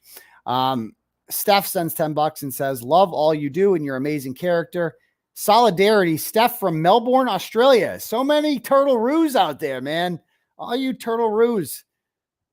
Thank you very much. Sam sends $10 and says, what is the significance of Jackson asking Proctor to confirm there is a mile walk through the trail to get to Canton High School? I don't know, but that's a good question. We will see. I think I read that one. Okay. I also have some Cash Apps. Let me read these real quick. We have here Christina sends $5 and says, Jen must have a leaky balloon knot right now. Probably. Bridget sends $2. Again, I can't read. I don't want to be a dick, but there's a $5 limit. Simply, I'm not being a jerk. I'm not trying to pick on the money thing, but you understand, the turtle chats, again, take up time, and thousands of people are watching this, and it's like a commercial, right? If people want to have a commercial, you got to pay. You can't pay $2 for a commercial. So if you want to have your question read, and everybody would like to have their questions read, you can't interrupt the show for $2. I'm sorry. So you can call me a dickhead. I've seen a bunch of people say, I'm leaving. I don't like that you did that. Fuck off. If you're one of those people that's oh, I'm out of here. Oh, please get the fuck out. Please. I'm begging you to get the fuck out and never come back. Ever, ever, ever. You know why I don't want you to come back? Because I fucking hate you. I hate you with every ounce of my being. You're a whiny, stupid cunt, and I want you to get the fuck out of here. I hate you. I hate you. I hate you. I hate you. But the sad part is you're not going anywhere. You're going to be back Tuesday night, and you're going to be back Saturday night because nobody ever fucking leaves. People just stay. Even the haters stay. They have watch parties. They sit there, and they download my episodes, and they watch it, and they love to hate it. And they're like, that Turtleboy just won't shut the fuck up, and I hate him so much, but I can't stop watching him. I can't stop. So please, there's that. Thank you very much. Christy sends $5 and says, subpoena all local vets. Dog had to have one. True that. Wendy sends $5 and says, Jen McCabe came to New York City. She was called trash. Free Karen Reed everywhere. Awesome. Thank you very much, Wendy. We have Sherry sends $5 and says, for Karen. Thank you very much, Sherry. Shannon McMahon. Oh, this is our former candidate for Bristol County District Attorney. I got to get her on the show sometime soon. I've talked to her before.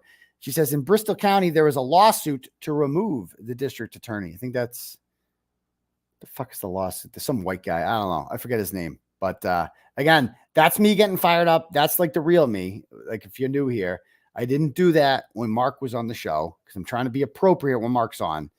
But then when Mark goes away, you know, then the turtle's going to play. You know, I got to come out of my shell a little bit there.